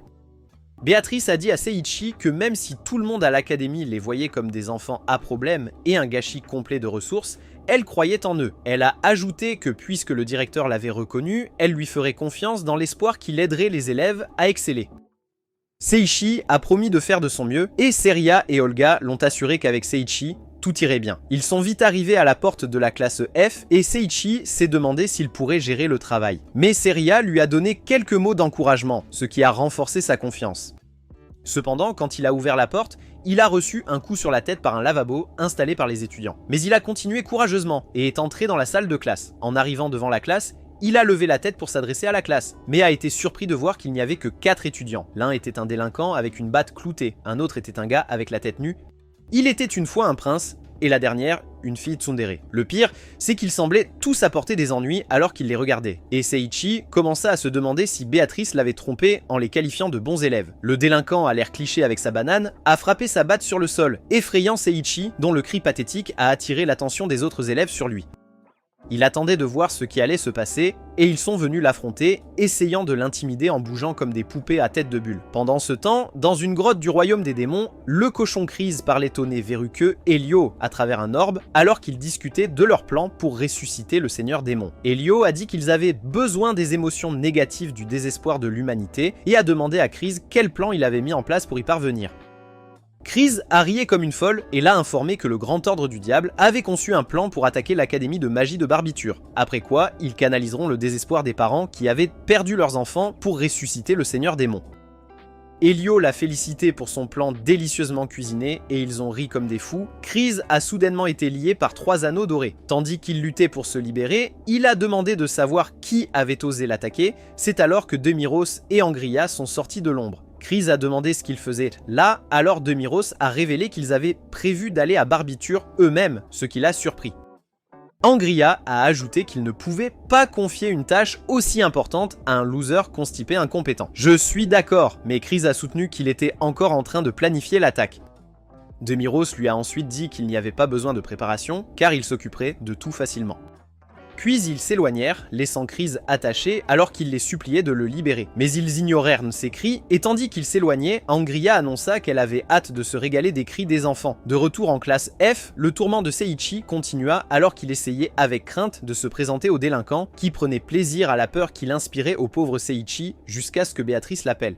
Il avait l'air d'avoir fait dans son froc en se tournant pour la regarder, mais il est immédiatement allé vers elle et a essayé de la caresser dans le sens du poil, en l'appelant Chef Béatrice. Béatrice n'a pas sourcillé en lui frappant la tête avec son carnet, ce qui l'a fait crier de douleur et tomber par terre. Seria et Oliga, qui observaient en silence, se sont pris la tête et Seria a commenté à quel point cela devait avoir fait mal à son cerveau, en supposant qu'il en avait un. Le garçon s'est relevé et s'est plaint que Béatrice avait utilisé le coin du livre pour le frapper, mais elle lui a dit de fermer sa bouche et a ajouté qu'il avait cherché les ennuis. Lorsque qu'elle a révélé que Seiichi était leur nouveau professeur, le garçon s'est retourné contre lui et a demandé pourquoi un enfant immature serait leur professeur. Mais la réponse de Béatrice a été une gifle avec son livre, qu'il a envoyé voler sur sa chaise. Tout le monde étant installé sur sa chaise, y compris le délinquant, Béatrice a présenté Seiichi comme leur nouveau professeur, et Oliga comme son assistante. Après les présentations de Seiichi et Oliga, elle a présenté Seria comme leur nouvelle camarade de classe, ce qui a fait que les yeux du délinquant se sont transformés en cœur dès qu'il l'a vue. Il a ensuite sauté de son bureau et a essayé de jouer le charmeur mauvais garçon avec elle en l'invitant à sortir. Mais Béatrice a remarqué que la seule mauvaise chose était son haleine putride qui sentait comme un gaz toxique. Elle leur a ensuite demandé de se présenter et le délinquant s'est présenté comme Agnos Passion, la terrifiante banane de l'enfer qui avait gagné 999 combats. Seria a été tellement impressionnée par sa présentation qu'elle a décidé de se présenter elle-même et s'est transformée en gorille, choquant la classe en silence. Alors Seiichi leur a immédiatement dit que c'était de la magie et l'a rapidement poussé dehors avec l'aide d'Oliga. La personne suivante était le garçon aux cheveux gris, qui s'est présenté comme Brood Kaiser, un prince de l'Empire Kaiser. Mais tandis qu'il faisait ses présentations, Agnos l'a confronté en lui disant d'arrêter de l'ignorer. Brood a ensuite dit à Seiichi que bien qu'ils soient dans la même classe, il n'était pas au même niveau que le voyou des bas-fonds, au cerveau lent, qui ne pouvait rien comprendre, mais cela n'a fait qu'inciter Agnos à le défier dans un combat. Seiichi a essayé de les calmer, mais ils n'ont pas écouté jusqu'à ce que Béatrice utilise son carnet comme une étoile de ninja et leur lance un regard noir, ce qui les a envoyés à leur place en un clin d'œil. Ensuite, c'était au tour de la fille, mais elle avait l'air si désintéressée que Seiichi a dû lui demander si elle avait quelque chose à dire. Toujours en détournant le regard de lui, elle a dit que son nom était Hélène Rosa, et quand il a demandé si c'était tout, elle l'a fusillé du regard. Prenant le hint, il est passé au gars à tête d'ours, qui a fait une pose de super-héros avant de se présenter comme Beard Lutra en utilisant une grande pancarte. Cela a surpris Seiichi qu'il ne puisse pas parler, mais Seria semblait le trouver mignon. Seiichi a ensuite jeté un coup d'œil à ses élèves bizarres et a crié disant qu'il n'était pas sûr de pouvoir gérer ce groupe d'élèves sauvages. Ailleurs, dans le couloir de l'école, Kanisuke essayait de trouver Seiichi en le reniflant comme un chien. Lorsqu'elle a senti son odeur, elle a couru dans cette direction, mais en tournant le coin, elle a heurté Seto Eirin, la fille qui lui avait déjà parlé de Seiichi. Elle s'est excusée de l'avoir frappée et Eirin a demandé pourquoi elle était si pressée. Kanisuke a donc expliqué qu'elle avait senti les hormones vierges de Seiichi, ce qui a poussé Eirin à partir à sa recherche avant que Kanisuke ne puisse dire autre chose. Plus tard, dans la classe F, Seiichi a regardé Béatrice rendre les tests notés sur l'herboristerie aux étudiants.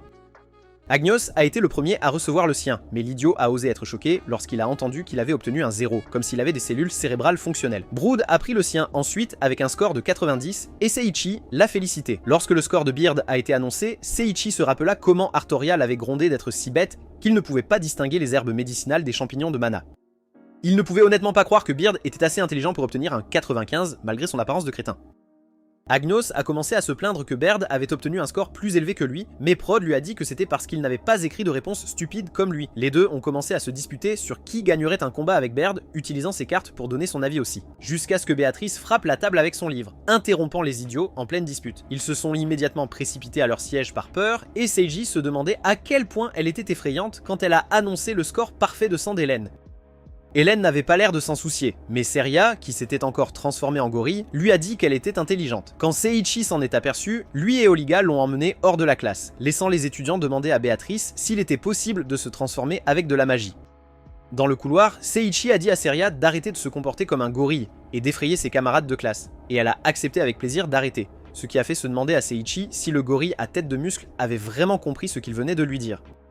Quand il est retourné dans la salle de classe, il s'est retrouvé face à face avec la poitrine de Béatrice et a reculé pour éviter de provoquer un incident. Béatrice a simplement souri et a demandé s'il était intéressé à observer les capacités physiques des étudiants lors d'une leçon spéciale, ce qu'il a accepté de faire. Alors que les étudiants se dirigeaient vers la salle d'entraînement, ils se demandaient qui était Seiichi. Comme ils avaient remarqué que Seria semblait proche de lui, ils lui ont posé la question. Seria leur a donc dit qu'elle était l'épouse de Seiichi, les choquant dans une pose JoJo parfaitement exécutée.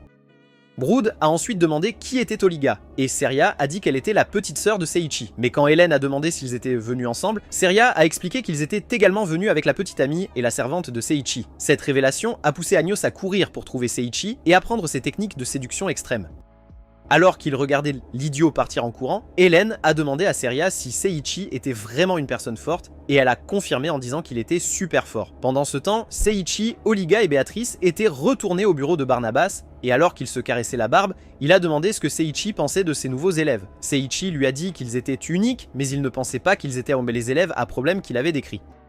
Barnabas continua de se caresser la barbe en disant à Seiichi que les élèves de la classe F étaient différents des autres élèves de l'école, alors Seiichi lui a demandé ce qu'il voulait dire par là. Au lieu de lui répondre, Barnabas lui a demandé s'il connaissait le nom que les autres élèves donnaient aux élèves de la classe F, et Seiichi a dû rappeler à l'homme qu'il venait juste d'arriver à l'école. Alors Béatrice lui a dit qu'il s'appelait le groupe des échecs.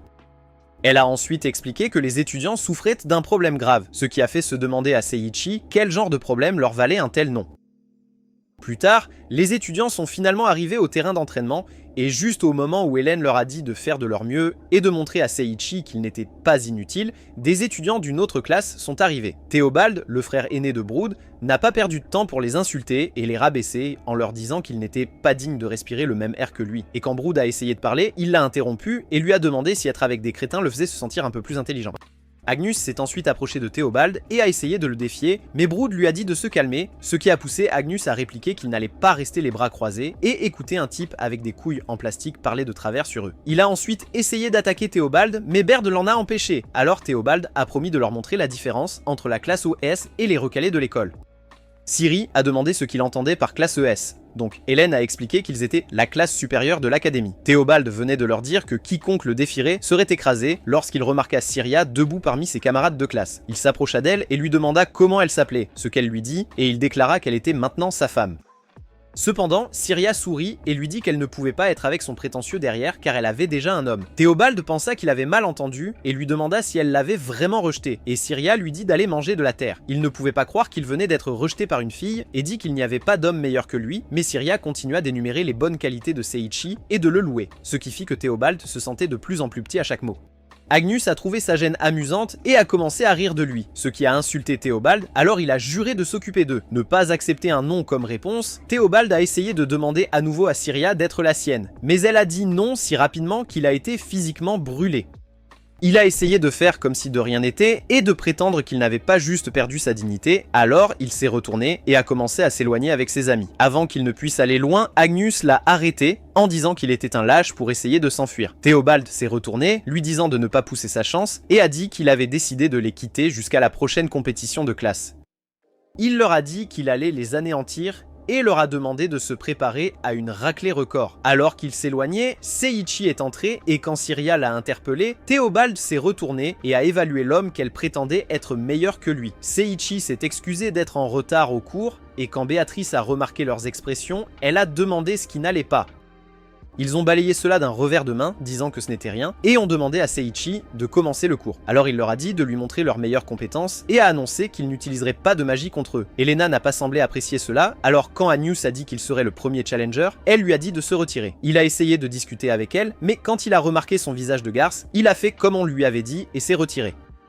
Hélène se tourna alors vers Seiichi avant de lui demander s'il se moquait d'elle en disant qu'il n'allait pas utiliser de magie. Seiichi tenta d'expliquer, mais elle l'interrompit, disant qu'ils évaluaient ses capacités et non l'inverse.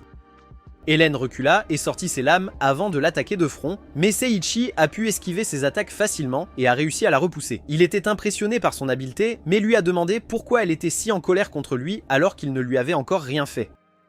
Pendant ce temps, dans le royaume des démons, Damiros et Angria marchaient côte à côte quand Angria proposa de jouer à un jeu pour voir qui tuerait le plus d'étudiants à l'académie. Daimiros a accepté, disant que cela faisait un moment qu'il n'avait pas vu la princesse meurtrière en action, et elle lui a dit qu'elle aimerait voir son pouvoir de délivrance. Cependant, il l'a averti que ce ne serait pas facile de tuer les élèves parce que le saint mage Barnabas serait là. Mais Angria a révélé que son cœur battait à l'idée d'affronter quelqu'un de si puissant et se demandait quelle terreur et quel désespoir il lui montrerait. Le match entre Seiichi et Hélène a continué, et elle continuait à l'attaquer avec tout ce qu'elle avait, ne lui donnant pas la chance de riposter. Il esquivait ses attaques, mais quand il a essayé d'attraper une de ses lames, il a eu un bug et la lame est passée à travers, le choquant. Tandis que Syria et Olga s'inquiétaient pour lui, Agnus et Brood ont félicité Hélène pour avoir montré son talent et défendu son titre de Twin Crimson Blade. Puis Hélène pointa sa lame vers Seiichi et le défia d'utiliser sa magie avant de le charger avec une compétence appelée pousser des crocs jumeaux, mais elle finit par tomber et fut attrapée par Seiichi. Hélène commença à se débattre pour sortir de ses bras et Agnus ne pouvait pas croire à quelle vitesse Seiichi avait bougé. Alors qu'elle continuait à se débattre contre Seiichi, il a accidentellement touché une de ses intrigues, alors elle l'a accusé de l'avoir testé tout le long comme un pervers caché et lui a donné un coup de poing au visage, lui provoquant un saignement de nez. Agnus a ri et a dit qu'il s'occuperait de lui ensuite, mais Brood l'a arrêté et a suggéré qu'ils s'occupent de Seiichi ensemble. Brood a ensuite demandé à Seiichi s'il était d'accord, et bien qu'il ait accepté, il se demandait s'ils pourraient travailler ensemble, car d'après ce qu'il avait remarqué en classe, ils ne s'entendaient pas très bien. Après avoir discuté entre eux, Agnus fut le premier à attaquer Seiichi, mais il esquiva. En esquivant ses attaques, Baird l'a attaqué par la gauche, mais il a réussi à parer à temps. Ils ont continué à attaquer simultanément jusqu'à ce qu'ils se tiennent au centre de la pièce et que les trois garçons attaquent en même temps, alors Seiichi a attrapé leurs mains.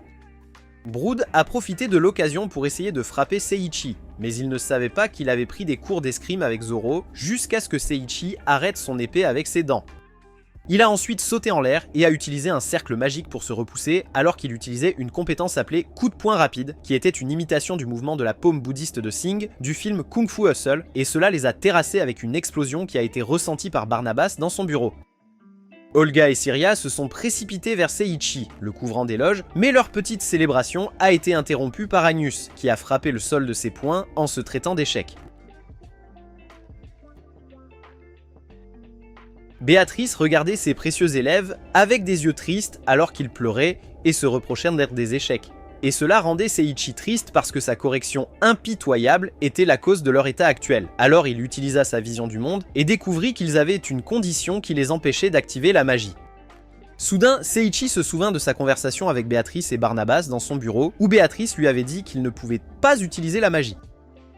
啊，我接受送吧不上